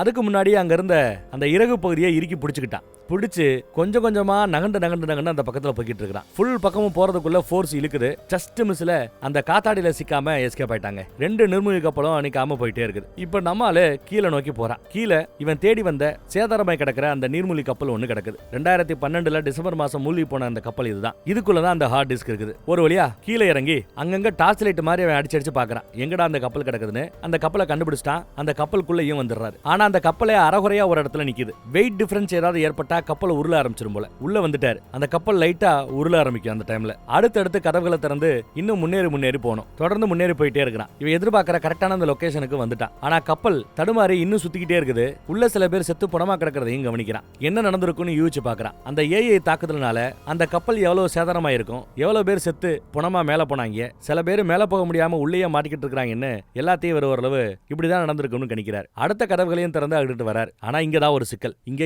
ஏகப்பட்ட ஏவுகணைகள் கிடக்கிறது. இந்த ஏவுகணைகள் எல்லாத்தையும் தாண்டி இந்த பக்கத்துக்கு வரணும். கதவை திறந்ததும் தண்ணி கொட்ட ஆரம்பிக்குது. கப்பல் ஏற்கனவே தண்ணிக்குள்ள கண்ணா பின்னான்னு உருள ஆரம்பிக்கிறதுனால பிரச்சனை ஏதோ பெருசா வருமோன்னு நமக்கு தோணும். ஒரு வழியா ஏவுகணை இருக்கிற அந்த இடத்தையும் தாண்டி அடுத்த கதவை திறந்து வந்துடுறான். அதே சமயம் கப்பல் உருள ஆரம்பிக்க உள்ள நம்மால அப்படியே 360 டிகிரில சுத்திக்கிட்டு இருக்கிறான். இவர் எதிர்பார்த்த அந்த கடைசி இடத்துக்கும் கதவை திறந்து உள்ள வந்துட்டாருங்க. அந்த சிலுவை சாவியை உள்ள போட்டு ஓபன் பண்ணி சேஃபா ஹார்ட் டிஸ்க் எடுத்து அதை நனையாதபடி ஒரு பிளாஸ்டிக் கவருக்குள்ள போட்டு உள்ள எடுத்து வச்சுட்டான். இப்போ இது தாண்டி ஒவ்வொரு கதவா திறந்து மறுபடியும் மேல வரணும். அந்த ஏவுகணைகள் நிறைய கடந்ததுல இவர் உள்ள வரும்போது ஏவுகணைகள் பக்கம் தண்ணி இல்ல. ஆனா இப்ப பார்த்தா ஏவுகணைகள் கண்ணா பின்னான்னு உள்ள சுத்திக்கு தெரியுதுங்க. தண்ணிக்குள்ள உருண்டுகிட்டு இருக்குதுங்க. அதுக்குள்ளேயே இவரும் இருக்கிறார். ஏவுகணைகளுக்கு நடுவுல சிக்கிராம கொஞ்சம் கொஞ்சமா அப்படி இப்படி நீந்தி எஸ்கேப் ஆயிட்டே இருக்கிறார். கடைசியா அங்க இருக்கிற கதவை திறக்கலான்னு பார்த்தா ஒரு ஏவுகணையோட வால் பகுதி அந்த கதவுல மோதி கதவை திறக்க முடியாத மாதிரி செஞ்சிருது. இப்ப கதவை திறக்க முடியல. நம்ம ஆளு உள்ள மாட்டிக்கிட்டான். இங்க இருந்து தப்பிச்சு போறதுக்கு என்னடா வழின்னு யோசிச்சு பார்த்தா ஏவுகணைகள் இவ்வளவு இருக்கிறது என்றால் இந்த ஏவுகணைகளை கப்பலோட ஒரு பாதை வழியா ஏவுகணைகளை ஒரு பட்டன் அமுக்கணும்னா ஏவுகணைகள் அந்த பாதை வழியா வெளியில வந்து எதிரிகளோட கப்பல்களை தாக்குறதுக்கு ஏத்தாப்புல ஒரு ஓட்டம் இருக்கணுமா இல்லையா, அது இங்க இருக்கும்னு யோசிக்கிறார். அது எங்கன்னு தேடுறாரு. கப்பல் பார்த்தா உள்ள கண்ணா பின்னான்னு உருண்டு வந்துகிட்டு இருக்குது. சமதளம் இல்லாத ஒரு பகுதியில் கிடக்கிறதுனால அந்த இடத்த போய் கண்டுபிடிச்சு அதை திறக்கலான்னு பார்த்தா அதை மேனுவலா திறக்கிறதுக்கு ஒரு ஸ்க்ரூ டிரைவர் மாதிரி ஒண்ணு வேணும். அது அங்கேயே இருக்கு, ஸ்பானர் மாதிரி. அதையே எடுத்து அதையே நல்லா திறக்கிறாங்க. திறந்தா அந்த பாதை இருக்குது. ஆனா அந்த பாதைக்குள்ள போகணும்னு பார்த்தா அங்கதான் சிக்கல். ஏவுகணை போறக்கூடிய அளவுக்கு மட்டும்தான் அங்க ஸ்பேஸ் இருக்குது. இவனோட ஷூட்டோட அவனால உள்ள போக முடியாது. வேற வழி இல்லாம அவ்வளவு குளிர்ல ஆக்சிஜன் சிலிண்டரை மட்டும் வச்சுக்கிட்டு மீறி எல்லாத்தையும் அவுத்து போட்டு அதே ஓட்டைக்குள்ள மறுபடியும் போக முயற்சி பண்றான். கொஞ்சம் கொஞ்சமா தள்ளி போயிட்டு இருக்காங்க. அங்கதான் விதியோட அடுத்த விளையாட்ட பாருங்க. கப்பல் மறுபடியும் உருள ஆரம்பிக்க அந்த ஓட்ட வழியா தண்ணி உள்ள வர ஆரம்பிச்சிருச்சு. கண்ணா பின்னாடி கீழே போயிட்டு இருக்குது ஒரு பெரிய பள்ளம். அந்த பள்ள பகுதியில இப்ப கப்பல் கீழே இறங்கிட்டே இருக்குது. ஒரு வழியா அவன் அந்த பள்ளத்தை தாண்டி மேல வந்துட்டான். ஆனா மேல வரலான்னு பார்த்தா அந்த ஃபோர்ஸ் அவனை இழுக்குது. அதையும் தாண்டி வெளியில வரலான்னு பார்த்தா இவரோட ஷூட் அது அந்த கப்பல்ல மாட்டிக்குது. இவனையும் போட்டு இழுத்துக்கிட்டே போகுது. வேற வழி இல்லாம ஷூட்டை கைவிட்டுட்டு செயற்கை சுவாசம் கூட இல்லாம அவன் பிடிச்சிக்கிட்டு இருக்கிற அந்த மூச்சு சுவாசத்தை வச்சுக்கிட்டு மேல போயிட்டே இருக்கிறார். கழுத்துல அந்த இவன் தேடி வந்த அந்த ஹார்ட் டிரைவ் இருக்குது. முடிஞ்ச அளவு நீந்தி மேல போயிட்டே இருக்கிறாருங்க. ஆனா ஒரு ஸ்டேஜுக்கு மேல அவனால நீந்த முடியல. நீந்த முடியாம காலையும் கையையும் மட்டும் குறுகலா அப்படி பிடிச்சுக்கிறார். ஏன்னா அப்பதான் பாடி அப்படி மிதந்து மேல போய் கடலோட மேற்பரப்பு பனிக்கட்டிகளா உறைஞ்சு போய் கிடக்கும். அதுல அப்படியே முட்டி கிடக்கிறார். நம்ம பாக்குறதுக்கு தரையில கிடக்கிறாப்ல தெரியும், கடலோட தரைப்பரப்புல கிடக்கிறாப்ல. ஆனா கிடையாது, கடலோட மேற்பரப்பு பனியா கிடக்கிறதுனால அங்க அவர் மோதி கிடக்கிறார். கூடவே அந்த டிராக்கிங் டிவைஸும் அங்க இருக்குது. அதனால அந்த டிராக்கிங் டிவைஸை பயன்படுத்தி அவங்க இருக்கிற இடத்தை கண்டுபிடிச்சு ரம்பத்தால அந்த பனியை வெட்டி உள்ள கிடந்தவனை சேஃபா காப்பாத்தி செயற்கை சுவாசம் கொடுத்து அவனை அந்த சேம்பர்லயும் போட்டு கூடயுமே நம்ம ஹீரோயினும் படுத்து கிடக்குறாங்க. சோ ஹீரோவை காப்பாத்திட்டாங்க. பெரிய விஷயம், நல்ல விஷயம். ஹார்ட் டிரைவ் தான் தேடுறான். இதோ பத்திரமா இருக்குன்னு ஹார்ட் டிரைவையும் காட்டுறா. ஹார்ட் டிரைவை பார்த்த பிறகு அவனுக்கு நிம்மதியா இருக்கு, சந்தோஷமா இருக்கு. சோ ஒரு பெரிய கண்டத்துல இருந்து எஸ்கேப் ஆயிட்டாங்க. சூப்பர்ல. அந்த பனியை அவங்க வெட்டி எடுத்த இடம் அப்படியே தண்ணியா இருக்கிறத நீங்க கவனிக்கலாம். இவனுக்காகவே கொண்டு வந்ததுதான் அந்த சேம்பர். அந்த சேம்பர் இருக்குது. அதை இழுத்துட்டு வரதுக்காக நம்ம நாய்களை பயன்படுத்துறாங்களா, அது இருக்குது. அந்த நேட்டிவ் அம்மா, அந்த கிராமத்தம்மா இவங்களை அடுத்து பிளைட்டும் வந்துருச்சு இவங்களை அங்க இருந்து கூட்டு போறதுக்கு. அமெரிக்க அதிபர் கொடுத்த அந்த உத்தரவின் பேர்ல ஒரு பிளைட் வந்து கூட்டிட்டு போகுது. நாய்களை அடைச்சப்படுது. அந்த அம்மாவும் இவங்களோட சேர்ந்து வருவாங்கன்னு நம்பலாம். ஃப்ளைட்ல தான் பல வருஷத்துக்கு முன்னாடி நம்ம ஸ்டேஷன் மாஸ்டர் உருவாக்கின சிஐஏவோட ஒரு சக்தி வாய்ந்த ஒரு பிளாக் வால்ட். அதுக்குள்ள நம்ம ஹீரோ போய் யாரும் நுழைய முடியாத அந்த இடத்துக்குள்ள போய் நுழைஞ்சு ஒரு சேட்டை பண்ணிட்டு வந்ததுனால இவருக்கு வேலை போச்சு இல்ல, அதுக்கு மன்னிப்பு கேட்பான். ஆனா அவரோ சேச்சே அவசியம் இல்ல தம்பி, நீ மட்டும் அன்னைக்கு அந்த மாதிரி பண்ணலனா நான் இன்னும் ஒரு டெக்கு கை மாதிரி அங்கேயே எல்லா வேலையும் பார்த்துட்டு செத்து போயிருந்திருப்பேன். இப்பேற்பட்ட ஒரு அமைதியான ஒரு இடம், ஒரு சூழல், என்னோட காதலி பொண்டாட்டி எதுவுமே எனக்கு கிடைச்சிருக்காது. இது எல்லாம் கிடைச்சதுக்கு காரணம் நீதான் தம்பின்னு பாராட்டி பேசுறாரு. அதனால நீ ஒன்னும் கில்ட்டி ஃபீலிங் எல்லாம் ஆகாத அப்படின்னு சொல்லி அப்படி இவன் நுழையும் போது ஒரு கத்தியை விட்டு போயிருப்பான். அந்த கத்தியை இன்னும் ஞாபகத்தமா வச்சிட்டு இருக்கிற அந்த கத்தியை இவங்கிட்ட ஒப்படைக்கிறார். சூப்பர்ல. அடுத்து இவங்க எங்க போனோம்? ஹார்ட் டிரைவ் கிடைச்சிருச்சு. அந்த பாய்சன் பில்லுங்கிறத முதலாளி வச்சிருக்கிறாப்ல. அவர் எப்படியும் அந்த எக்கு லாக்கர் ரூம் கிட்ட தான் அவர் நமக்காக காத்துக்கிட்டு இருக்கணும். அங்க அவன் இருப்பான். அந்த குகைக்குள்ள இருக்கிற வரைக்கும் சிக்னலை வெளியில அனுப்ப முடியாது. சோ குகையை விட்டு அவன் வெளியில வரணும். எதுக்கு வெளியில வரணும்? அந்த சோர்ஸ் கோட் டேட்டாவை இங்க இருந்து வெளியில வேற ஒரு ஆளுக்கோ இல்ல வேற ஒரு கம்ப்யூட்டருக்கோ அனுப்புறதா இருந்தா அப்பதான் அவனால கண்ட்ரோல் பண்ண முடியும். சோ அவன் வெளியில வந்தாகணும். அப்படி அவன் வெளியில வரதுக்குள்ள அவனை புடிச்சு அவனை கொன்னு நம்ம ஹீரோ கொடுத்த டிரைவ் அவங்கிட்ட இருக்கிற அந்த பாய்சன் பில்லு ரெண்டுமே அவங்கிட்ட இருந்து புடுங்கணும். இதெல்லாம் பேசிட்டு இருக்காங்க. இங்கதான் யாருக்கும் தெரியாத வேற ஒரு ட்விஸ்ட் வைக்கிறாங்க. டீமோட கையில பனிக்கட்டி மாதிரி சின்னதா ஒரு கட்டி இருக்கிறத கவனிங்க. அது ஒரு 5D ஆப்டிகல் டேட்டா டிரைவா. 320 டெராபைட் வரைக்கும் டேட்டாவை அதுக்குள்ள சேவ் பண்ண முடியுமா? இது சாத்தியமில்லை நினைச்சுக்கிட்டு இருந்தாங்க. நம்ம டீம்ல ஒருத்தர் இறந்து போனார்ல, கொலை செய்யப்பட்டார்ல, அந்த ஹேக்கர் தான் இதையும் உருவாக்குனார் போல. இது அந்த ஏஐக்கு ஒரு சிறைச்சாலை மாதிரி. இதைத்தான் நீங்க நல்லா கவனிக்கணும். நம்ம ஹீரோட வேலை என்னன்னா அந்த ஆப்டிகல் டிரைவ், சாரி அந்த நீர்மூழ்கி கப்பல்ல இருந்து ஒரு டிரைவ் எடுத்துட்டு வந்தால அந்த டிரைவ் வேணும். அப்புறம் முதலாளி கிட்ட இருக்கிற அந்த பாய்சன் பில்லு வேணும். ரெண்டையும் சேர்த்து கனெக்ட் பண்ணணும். கனெக்ட் பண்ணி டேட்டாவை அனுப்பணும். கனெக்ட் பண்ணாலே டேட்டா சென்ட் ஆக ஆரம்பிச்சிடும். அந்த டேட்டாவை இவங்க அந்த எக் லாக்கர் ரூம்குள்ள இருந்து ஒரு ஆண்டனாவை செட் பண்ணி டேட்டாவை ரிசீவ் பண்ணணும். அப்படி ரிசீவ் பண்றத எக் ஆலையில இருக்கிற கம்ப்யூட்டருக்குள்ள சேவ் பண்றதா அந்த ஏஐ நினைக்கும். அங்கதான் நாம ட்விஸ்ட் பண்றோம். கம்ப்யூட்டருக்குள்ள அனுப்பாம இந்த ஆப்டிகல் டிரைவுக்குள்ள, இந்த சிறைச்சாலைக்குள்ள அந்த ஏஐ போட்டு அடைக்கணும். அடைச்சிட்டு கரெக்டான சமயத்துல அந்த கண்ணை மூடி கண்ணை திறக்கிறதுக்குள்ளன்னு சொல்லுவாங்கல்ல, கண் சிமிட்டுறதுக்குள்ள டப்புன்னு அதை உருகிடணும். அப்படி செஞ்சுட்டா இந்த சிறைக்குள்ள அந்த ஏஐ அடைச்சிடலாம். இதுதான் பிளான் போல தெரியுதுங்க. சூப்பர்ல. இந்த வேலையை செய்ய போறது நம்ம ஹீரோயின் தானா. அவதான் பக்கா டைமிங் நாலேஜ் இருக்கிறவ, திருடுறதுலாம் கில்லாடி போல. சோ அவளை இந்த வேலையை செய்யணும்னு பேசிட்டு இருக்காங்க நம்ம ஹீரோ. சரி, யார் யாரு என்னென்ன செய்யணும்னு எல்லாத்தையுமே பேசி வச்சுட்டு அடுத்து சவுத் ஆப்பிரிக்கால இருக்கிற அந்த இடத்துக்கு போறாங்க. வண்டியில தான் போறாங்க. பெரிய ராணுவ பாதுகாப்பு அங்க இருக்குன்னு பார்த்தா அங்க யாருமே இல்ல. ஏன்னா எல்லா பேருமே உலக அழிய போதுன்னு தெரிஞ்சுக்கிட்டு பொண்டாட்டு பிள்ளைகளை பாக்குறதுக்காக எல்லாத்தையும் அம்போன்னு போட்டு போயிட்டாங்க போல. சோ எந்த எதிர்ப்பும் இல்லாம இவங்க உள்ள போறாங்க. நான் முன்னாடி போறேன், மீதி எல்லாம் பின்னாடி இருங்கன்னு சொல்லிட்டு நம்ம ஹீரோ மட்டும் போறார். இந்த பக்கம் அதிகாரிகள் எல்லாம் பிரச்சனை பண்ணிட்டு இருக்காங்க. நிலைமை கை மீறி போயிட்டு இருக்குது. அணு ஆயுதங்களை கட்டுப்பாட்டுல எடுத்துக்கிட்ட அந்த ஏதோ ஒரு நாட்டுல இருந்து அணு ஆயுதத்தை அனுப்பிச்சுச்சுன்னா, ஏவுகணைகளை அனுப்பிச்சுச்சுன்னா அமெரிக்கா ஃபுல்லாவே அழிஞ்சு போயிடும். அதுக்கு பதிலா முந்திக்கிட்டு நாம ஏன் அந்த நாடுகள் மீது தாக்குதல் நடத்தக்கூடாதுன்னு கேட்டுட்டு இருக்காங்க. அந்த மாதிரி ஒரு கால் செஞ்சா எவ்வளவு உயிரிழப்பு ஏற்படும் அப்படின்னு செக் பண்ணி பார்த்தா 10 கோடிக்கு மேல மக்கள் இறந்து போவாங்களாம். அதிபர் இதெல்லாம் கேட்டு எந்த முடிவெடுக்கும் இல்லாம ஒரு மாதிரி இருக்காங்க. எங்க தப்பான முடிவு எடுத்துருவாங்களோ நினைக்கிற ராணுவ அதிகாரி தங்கிட்ட வேலை பார்க்கறவன்ட்ட போய் உன் துப்பாக்கிய குரான வாங்கி வச்சுக்கிறார். என்ன பண்ண காத்திருக்கிறாரோ தெரியல. இப்ப டீம் ரெண்டா பிரிஞ்சு ஒரு குரூப் முன்னாடி போகுது, இன்னொரு குரூப் பின்னாடி இருக்குது. முன்னாடி போன அந்த குரூப்ல கூட 2 பேர் அங்க நின்னுக்கிறாங்க. ஒருத்த மட்டும் இப்ப கடைசியா நம்ம ஹீரோ மட்டும் தான் முன்னோக்கி போறான். அப்ப கூட தன்னோட துப்பாக்கி எல்லாம் அவங்க கிட்ட கொடுத்துறான். டீம் நல்லபடியா பாத்துக்கடா அப்படின்ட்டு போறாரு அவரு. உள்ள போனா ஏதோ தார்பாய போட்டு மூடி வச்சிருக்காங்க. ஓபன் பண்ணி பார்த்தா இங்கேயும் ஒரு பெரிய பாம்பை செட் பண்ணி வச்சிருக்கான். அந்த பாம்போட மறுமுனை ஒரு ரிமோட்டோட கனெக்ட் செய்யப்பட்டிருக்கிறது. யாராவது ஏதாவது தப்பு பண்ண முயற்சி பண்ணா அதை அமுக்கிடுவான். இது ஆக்டிவேட் ஆயிடும். இந்த டைம் பாம்பு வெடிக்க ஆரம்பிச்சிடும். 10 நிமிஷம் டைம் கொடுத்துருப்பானோ என்னவோ. பாம்பெல்லாம் வச்சிருக்கிற, வெடிச்சுச்சுன்னா நீயும் செத்து போயிருவியே அப்படின்னு நம்ம ஹீரோ கேட்டா அதுக்கு நம்ம முதலாளி இங்க வெளியில சில விமானங்கள் இருக்கிறதா, அதுல ஏறி சேஃபான தூரத்துக்கு நாங்க போயிடுவோம். அந்த 10 நிமிஷம் கேப்ல நீங்க தான் ஜாவீங்க. அதனால தப்பு தண்டா எதுவும் பண்ணாம, ஏமாத்திர வேலை எதுவும் பண்ணாம ஒழுங்கா அந்த ஹார்ட் டிரைவை கொடுத்துரு அப்படின்னு மிரட்டுறாப்ல. என் கழுத்துல தொங்குற இந்த பாய்சன் பில் இல்லாம உன்னால எதுவும் பண்ண முடியாதுன்னு எனக்கு தெரியும். இது இருக்கிற வரைக்கும் நான் சேஃப்ங்கிறது எனக்கு தெரியுங்கிறாப்ல. ஹார்ட் டிரைவ்னு கேட்க ஹார்ட் டிரைவை காட்டுறாரு. ஆனா அதே சமயம் நம்ம ஹீரோக்கு தெரியாத வேற ஒரு பிரச்சனை நடக்குது. ஏஜென்சி ஆட்கள் அங்க வந்துட்டாங்க. அவங்க ஆட்கள் எல்லா பேரையும் துப்பாக்கி மண்ணில நிப்பாட்டிடுறாங்க. இதுல காண்டானவர் கையில வச்சது அந்த ரிமோட் அமுக்கிறாப்ல. 20 நிமிஷம் கவுண்ட் டவுன் போல அது ஸ்டார்ட் ஆயிடுச்சு. 19 நிமிஷம் 57 செகண்ட் இப்ப பேலன்ஸ் இருக்குது. அடுத்து பார்த்தா ஏஜென்சி ஆட்கள் நம்ம ஹீரோவோட டீமையும் துப்பாக்கி மண்ணில பிடிச்சு உள்ள கூட்டிட்டு வந்துட்டாங்க. ச்சே, இந்த ஏஜென்சியோட தொல்லை தாங்கலையே அப்படின்னு நம்ம ஹீரோ வருத்தப்படுறாப்ல. நாங்கெல்லாம் எவ்வளவு பெரிய ஆளுகள்னு ஏஜென்சி ஆட்கள் சீன போறதுக்குள்ள முதலாளியோட ஆட்கள் மேல துப்பாக்கியோட நின்ன சில பேரை சைலண்டா கொல்ல ஆரம்பிக்கிறாங்க. அதை நம்ம ஆளு கவனிக்கிறான்.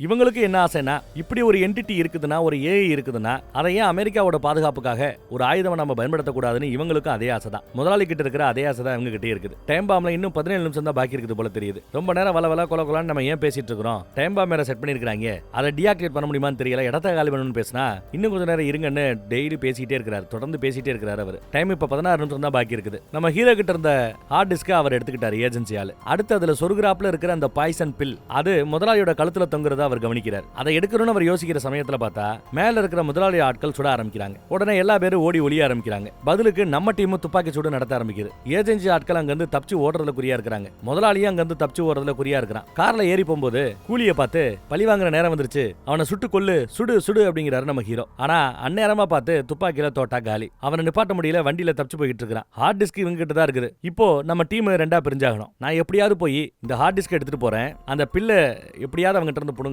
ரெண்டையும் கனெக்ட் பண்ணி டேட்டாவை அனுப்புறேன். கொஞ்ச நேரத்துல டேட்டா உங்களுக்கு வந்துரும், சோர்ஸ் கோடு உங்களுக்கு வந்துரும். அதே சமயம் என்கிட்ட இருக்கிற ஹார்ட் டிஸ்க்கும் புகஞ்சு போயிடும், அழிஞ்சிடும். கரெக்டா சிறப்பிடிச்சிருங்கன்னு சொல்லிட்டு கிளம்புறாரு. எல்லாம் அந்த டைம் முடியறதுக்குள்ள பண்ணியானும். பார்த்து பத்திரம் சொல்லிட்டு ஓடுறாப்ல. ஆனா நடந்த அந்த துப்பாக்கி சண்டையில நம்ம ஹீரோவோட டீம்ல முக்கியமான ஆளுக்கு குண்டடி பட்டிருக்குங்கிறது அவனுக்கு தெரியாது. பாவம், இந்த ஆளு செத்தாருன்னா எல்லா கதையும் முடிஞ்சு போச்சு. வண்டி எடுத்துட்டு பின்னாடி விரட்டிக்கிட்டே போறாப்ல. கண்ணா பின்னாடி சேஸ் பண்ணிட்டே போறாரு. இதுல வேற குறுக்கால வேற ஒரு வண்டி வருது. அந்த வண்டியை சமாளிக்கணும். முடிஞ்சளவு அதோட போட்டி போட்டுக்கிட்டு இருக்காரு, சண்டை போட்டுட்டு இருக்காரு. ஒரு கட்டத்துல அந்த வண்டியை மோத வைக்கிறதுக்காக இவர் வண்டியும் மோத வேண்டிய சூழல். பெல்ட் அடிச்சுக்கிட்டு போய் விழும். நல்ல வேலை சீட் பெல்ட்டை இறுக்கி பிடிச்சிக்கிட்டு இருந்ததுனால அவருக்கு அடிபடாம தப்பிச்சார். வண்டி கவுந்துருச்சு, இருந்தாலும் பரவாயில்லன்னு ஓடுன்னு ஓடியாராரு. வெளியில ஓடியாராரு, பார்த்தா ஒரு விமானம் முன்னாடி பறந்து போகுது. அதுலதான் நம்ம முதலாளி போறான். கழுத்துல அந்த பாய்சன் பில்லு கிடக்குது. அவ்வளவுதான், எஸ்கேப் ஆயிட்டானே, எல்லாம் முடிஞ்சு போச்சுன்னு பார்த்தா பின்னாடி ஒரு விமானத்துல அடுத்த ஆள் பறந்து போவான். இது அவருக்கு வசதியா போச்சு. அந்த விமானத்தை பிடிச்சு அப்படியே மேல பறந்து போறாப்ல. எவ்வளவு கஷ்டப்பட்டு கொஞ்சம் கொஞ்சமா தொத்தி மேல ஏறி போறான்னு கவனிங்க. ஒரு வழியா மேல ஏறி உட்காந்துக்கிட்டாரு. இந்த பக்கம் இருக்கிற டீம் இன்னும் ரெண்டா உடையுது.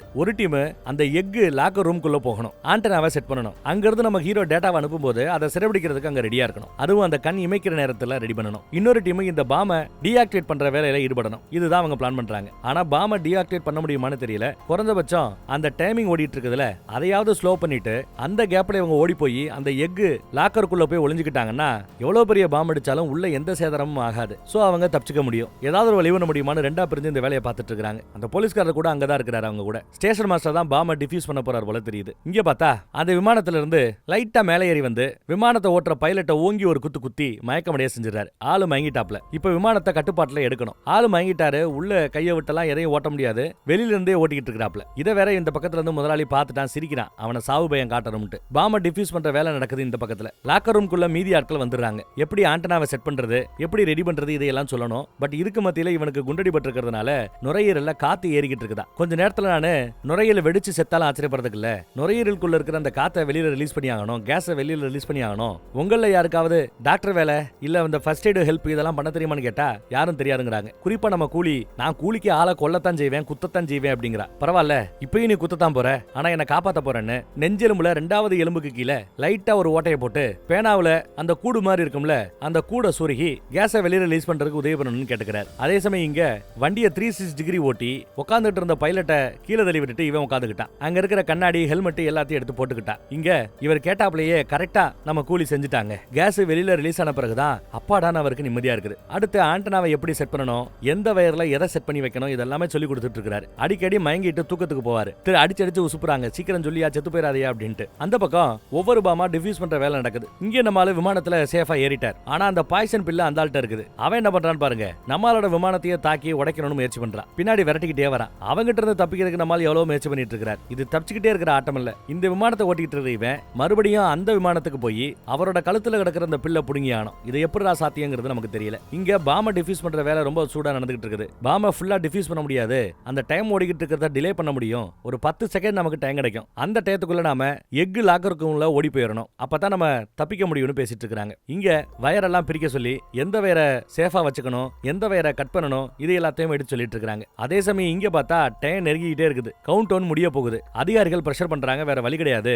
ஏவுகணைகளை நம்ம ஏவணும், எல்லாத்தையும் ரெடி பண்ணுங்கன்னு சொல்ல இவங்களும் அவங்களோட கோடெல்லாம் சொல்லி எல்லாத்தையும் செட் பண்ணி ரெடி பண்ணி வைக்கிறாங்க. ஊன்னு சொன்னா இவங்க இப்போ ஒரு பட்டன் அமுக்குனா ஏவுகணைகள் அமெரிக்கால வந்து பறக்கும். மித்த நாடுகளோட ஒட்டுமொத்த ஏவுகணை தளங்களையும் அது தாக்கும். 10 கோடிக்கு மேற்பட்டவங்க சாவாங்க. இது எல்லாம் நடக்க இருக்குது. அதுக்குள்ள இங்க பாருங்க, நம்ம பய அவ இருக்கிற வண்டியில இருந்து முதலாளியோட வண்டிக்கு எப்படி மாறதுன்னு யோசிச்சுட்டு இருக்கிறான். பட்டன் அமுக்கிற நேரம் வரும்போது அதிகாரிகள் அழுத்த சொன்னாலும் இந்த அம்மா விருப்பம் இல்லாம எல்லாத்தையும் மூடி வச்சுட்டு கிளம்பி வந்துடுறாங்க. எல்லாரும் ஓடி வந்து பயப்படுறாங்க, என்னப்பா என்னப்பா என்ன இப்படி பண்ணிட்டீங்க அப்படின்னு. இதுல வேற அவங்களுக்கு ஒரு ஐடியா உண்டு. எல்லா நாடுகள்லயும் தலைநகரங்கள்ல பெரிய தாக்குதல் நாம நடத்துறோம். ஏன்னா அங்கதான் அந்த அணுகுலைகள் எல்லாம் இருக்கிறது. நம்ம நாட்டுல தாக்குதல் நடக்காம எல்லா இடத்துலயும் தாக்குதல் நடந்தா நாம தான் தாக்குதல் நடத்திருக்கிறோம்னு தெரிய வந்துடும். பதிலுக்கு அவங்களும் தாக்குதல் நடத்த ஆரம்பிச்சாங்கன்னா உலக போர் முன்றோம். சோ அது நடக்காம இருக்கணும்னா நம் நாட்டிலையும் ஒரு சிட்டிய, அணுவுல இருக்கிற ஒரு சிட்டியில ஒரு தாக்குதலை நாமளே நடத்தி பாத்தீங்களா நாங்களும் பாதிக்கப்பட்டு தான் போனோம், எங்களுக்கும் உயிரிழப்பு ஏற்பட்டிருக்கிறது அப்படின்னு கணக்கு காட்டணுமா. அதுக்காக இவங்க ஒரு சிட்டியும் தேர்ந்தெடுத்து வச்சிருக்காங்க. இல்ல இது வாய்ப்பே கிடையாது அப்படின்னு கடைசி நிமிஷத்துல அந்த அம்மா முடியாதுங்குதுங்க. அங்கேயே வேலை பார்க்குற ஒருத்தன், அவனும் அந்த ரகசிய குழுவை சேர்ந்தவன். ஏஏ சொல்றதான் சரின்னு நினைக்கக்கூடிய ஒருத்தன் துப்பாக்கி எடுத்து இந்த அம்மாவை கொல்ல பாக்குறாங்க. நல்ல வேலை குறுக்கால அந்த ராணுவ வீரர் உள்ள புகுந்துறாரு. ராணுவ அதிகாரி அவர்கிட்ட ஏற்கனவே துப்பாக்கி இருக்கும்ல, அதை வச்சு அவனை சுட்டு கொண்டுறாரு. ஆனா அவ சுட்டதுல அவருக்கு நெஞ்சிலேயே குண்டடிப்பட்டு அவர் இறந்து போயிறாரு. பாவம். பிரசிடென்ட் அம்மாவை எப்படியே காப்பாத்தினாரே, அது வரைக்கும் சந்தோஷம். இப்ப பார்த்தா ஏஐ யுனைடெட் ஸ்டேட்ஸ் அமெரிக்காவையுமே தன்வசம் கொண்டு வந்து விட்டது. அமெரிக்காவுமே மேப்ல ரெட்ல மாறி இருக்கிறத கவனிக்கலாம். இனிமே அமெரிக்கா நினைச்சாலும் ஒண்ணும் பண்ண முடியாத ரேஞ்சுக்கு ஆயிப்போச்சு. ஒட்டுமொத்த நாட்டுல இருக்கிற எல்லா ஏவுகணைகளையும் இப்ப ஏஐ இயக்குச்சுன்னா மொத்தமும் காலி ஆயிடும். எல்லாம் மாத்தி மாத்தி அடிச்சுக்கிட்டு ஏஐ சாக வேண்டியதுதான். எல்லாத்தையும் சாகடிச்சிருந்த ஏஐ இப்போ அந்த ஜெயில்னு சொல்லக்கூடிய அந்த டிவைஸ், ஆப்டிகல் டிவைஸையும் உள்ள செட் பண்ணியாச்சு. அவன் டேட்டாவை அமிச்சதும் கிரீன் லைட் எரியுமா. கிரீன் லைட் எரிஞ்சதும் அங்க இருக்கிற சிவப்பு வேற ஒரே நேரத்துல கட்டும் பண்ணணும். அந்த சிறைச்சாலை பளிச்சுன்னு எரியும் போல. அப்படி எரிஞ்சு அடுத்த நொடி டப்புன்னு திறந்துடணும், அதை பிடிங்கிடணும். அதை இதை அவ பார்க்க போறா. எல்லாம் செட் பண்ணியாச்சு. இப்போ நம்ம ஹீரோ எங்கடா அப்படின்னு பார்த்தா முதலாளியோட வண்டிக்கு கீழேயே இவரு கீழே அப்படி மெதுவா வண்டி ஓட்டி போயிட்டு இருக்கிறார். அப்படியே ஒரு ஜம்ப் அடிச்சு அவனோட விமானத்துல ஏறிறார். அந்த குட்டி விமானத்துல மெதுவா ஏறி கொஞ்சம் கொஞ்சமா முன்னேறி மேல வரார். அவன் மேல வரான்னு பார்த்ததுமே அவர் வண்டியை கண்ணா பின்னான்னு ஓட்டுறாரு. நம்மால அங்க எங்கேயும் ஒத்த கையில தொங்கிட்டு இருக்கிறான், ரெக்கையை பிடிச்சு தொங்கிட்டு இருக்கிறான். படு வேகமா ஓட்டி கீழே விழ வைக்கிறதுக்கு என்னென்னமோ பண்ணிட்டு இருக்கிறாப்ல. இவன் ஓவரா ஆடுறானேன்னு தெரிஞ்சுக்கிட்டு கண்ட்ரோல் அவர்கிட்ட இருந்தாலும் அந்த கண்ட்ரோல் வேலை செய்யறதுக்கு இந்த பக்கத்துல ஒரு லிவர் இருக்கும் போல, அதை நம்ம பையன் இறுக்கி பிடிச்சிக்கிறான். சோ கண்ட்ரோல் அவர்கிட்ட இல்ல, அவர் அமுக்குனால வேலை செய்யாதுங்கிற ரேஞ்சுக்கு நம்மளால வேலை செய்யறார். அப்புறம் வாய்ப்பு கிடைக்கும் போது அவனை தாக்க வர அவன் வண்டியை தலைகீழா ஓட்டுறாங்க. தலைகீழா ஓட்டும் போது பாருங்க எப்படி ரெண்டு பேரும் ஆப்போசிட்ல 90 டிகிரில தலைகீழா தொங்கிட்டு இருக்காங்கன்னு. வண்டியை ஏட்டிக்கு பிட்டியா ஓட்டிட்டு போறான். பார்த்தா வண்டி ஒரு கடத்துல நின்றுச்சு, இன்ஜின் நின்றுச்சு, சுத்தல. உடனே வண்டியை மறுபடியும் நார்மல் மோடு கொண்டு வந்துட்டு மறுபடியும் வண்டியை என்ஜினை ஆன் பண்ணி பாக்குறாரு. ஆனாக மாட்டேங்குது. கத்தி எடுத்து கண்ணா பின்னான்னு குத்திட்டு இருக்காரு. இவனை எஸ்கேப் ஆயிட்டே இருக்கிறான். ஒரு கட்டத்துல குத்திட்டு இருக்கிற அந்த கையை உடைச்சு போட்டார். கையில நொறுக்கி விட்டாரு.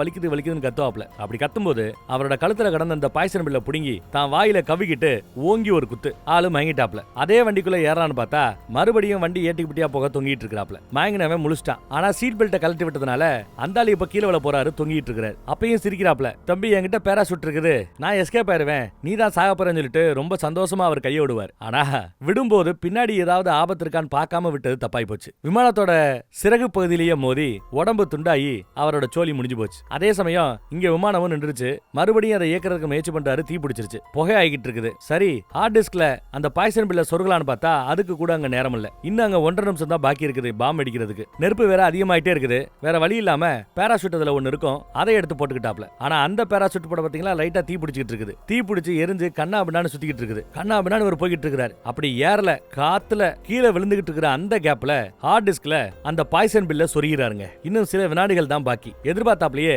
டேட்டா ரிசீவ் ஆயிடுது. கிரீன் கலர் லைட் எரியுது. அந்த சிறைச்சாலை பல்ப் எரியுது. அப்படியே வயரை கட் பண்ணி டப்புனு கண்ணை மூடி கண்ணை திறக்கிறதுக்குள்ள புடுங்கி விட்டுறா. அடுத்த நொடி பார்த்தனா உலகமே ரீசெட் ஆகும். ஒட்டுமொத்த உலகமும் இருள்ல மூழ்கும். அந்த சிறைச்சாலை மட்டும் பளிச்சுட்டு இருக்குது பாருங்க. இப்போ அந்த ஏஐ அந்த ஜெயிலுக்குள்ள புடிச்சாச்சு, அந்த சிறைச்சாலைக்குள்ள புடிச்சாச்சு. பாம்பு அடிக்கிற அந்த கேப்ல 10 செகண்ட் கேப்ல இவங்களும் ஓடியாந்து உள்ள வந்ததுனால இவங்களும் சேஃப் ஆயிட்டாங்க. நம்ம ஸ்டேஷன் மாஸ்டர், பொண்டாட்டி, போலீஸ்காரங்களும் சேஃப். அப்புறம் ரீசெட் ஆன எல்லாமே மறுபடியும் ஒளிர ஆரம்பிக்குது. குண்டடிப்பட்டவரும் மயங்கிட்டாப்ல. இங்க அமெரிக்க அதிபர் ஆவலா காத்துக்கிட்டு இருக்காங்க அடுத்த அப்டேட்டுக்காகன்னு. பார்த்தா பிரசிடென்ட்டுக்கு கால் வருதுங்க. காலை எடுத்து அந்த பக்கம் பேசின பிறகுதான் தேங்க்யூன்னு அவங்க அழுகும் போதுதான் அங்க இருக்கிற அதிகாரிங்க, அடா பாவி, கடைசியில அவன் சாதிச்சிட்டானா, செஞ்சு காட்டிட்டானே, ச்சே எப்பேற்பட்டவன் அப்படின்னு அவர் புகழும் போது நமக்கு அப்படியே புல்லரிக்குங்க. இங்க நம்ம ஹீரோவோட நிலவரம் என்னன்னு பார்த்தா பைபிளையோட அந்த பெரிய பேராஷூட்னு சொல்லுவோம், அதுதான் தீ பிடிச்சிருந்தது. அதுக்கு கீழே சின்னதா வெள்ளை கலர் பேராஷூட் ஒன்னு இருக்கும், சின்னதா இருக்கும். அதை வச்சு ஓரளவு மேனேஜ் பண்ண முடியும். அதை வச்சு தான் மேனேஜ் பண்ணிருக்கிறார் போல. சேஃபா இந்த பக்கத்துல லேண்ட் ஆயிட்டார். பார்த்தா அந்த ஹார்ட் டிஸ்க்ல பாய்சன் பில்ல சொருகி வச்சிருந்தால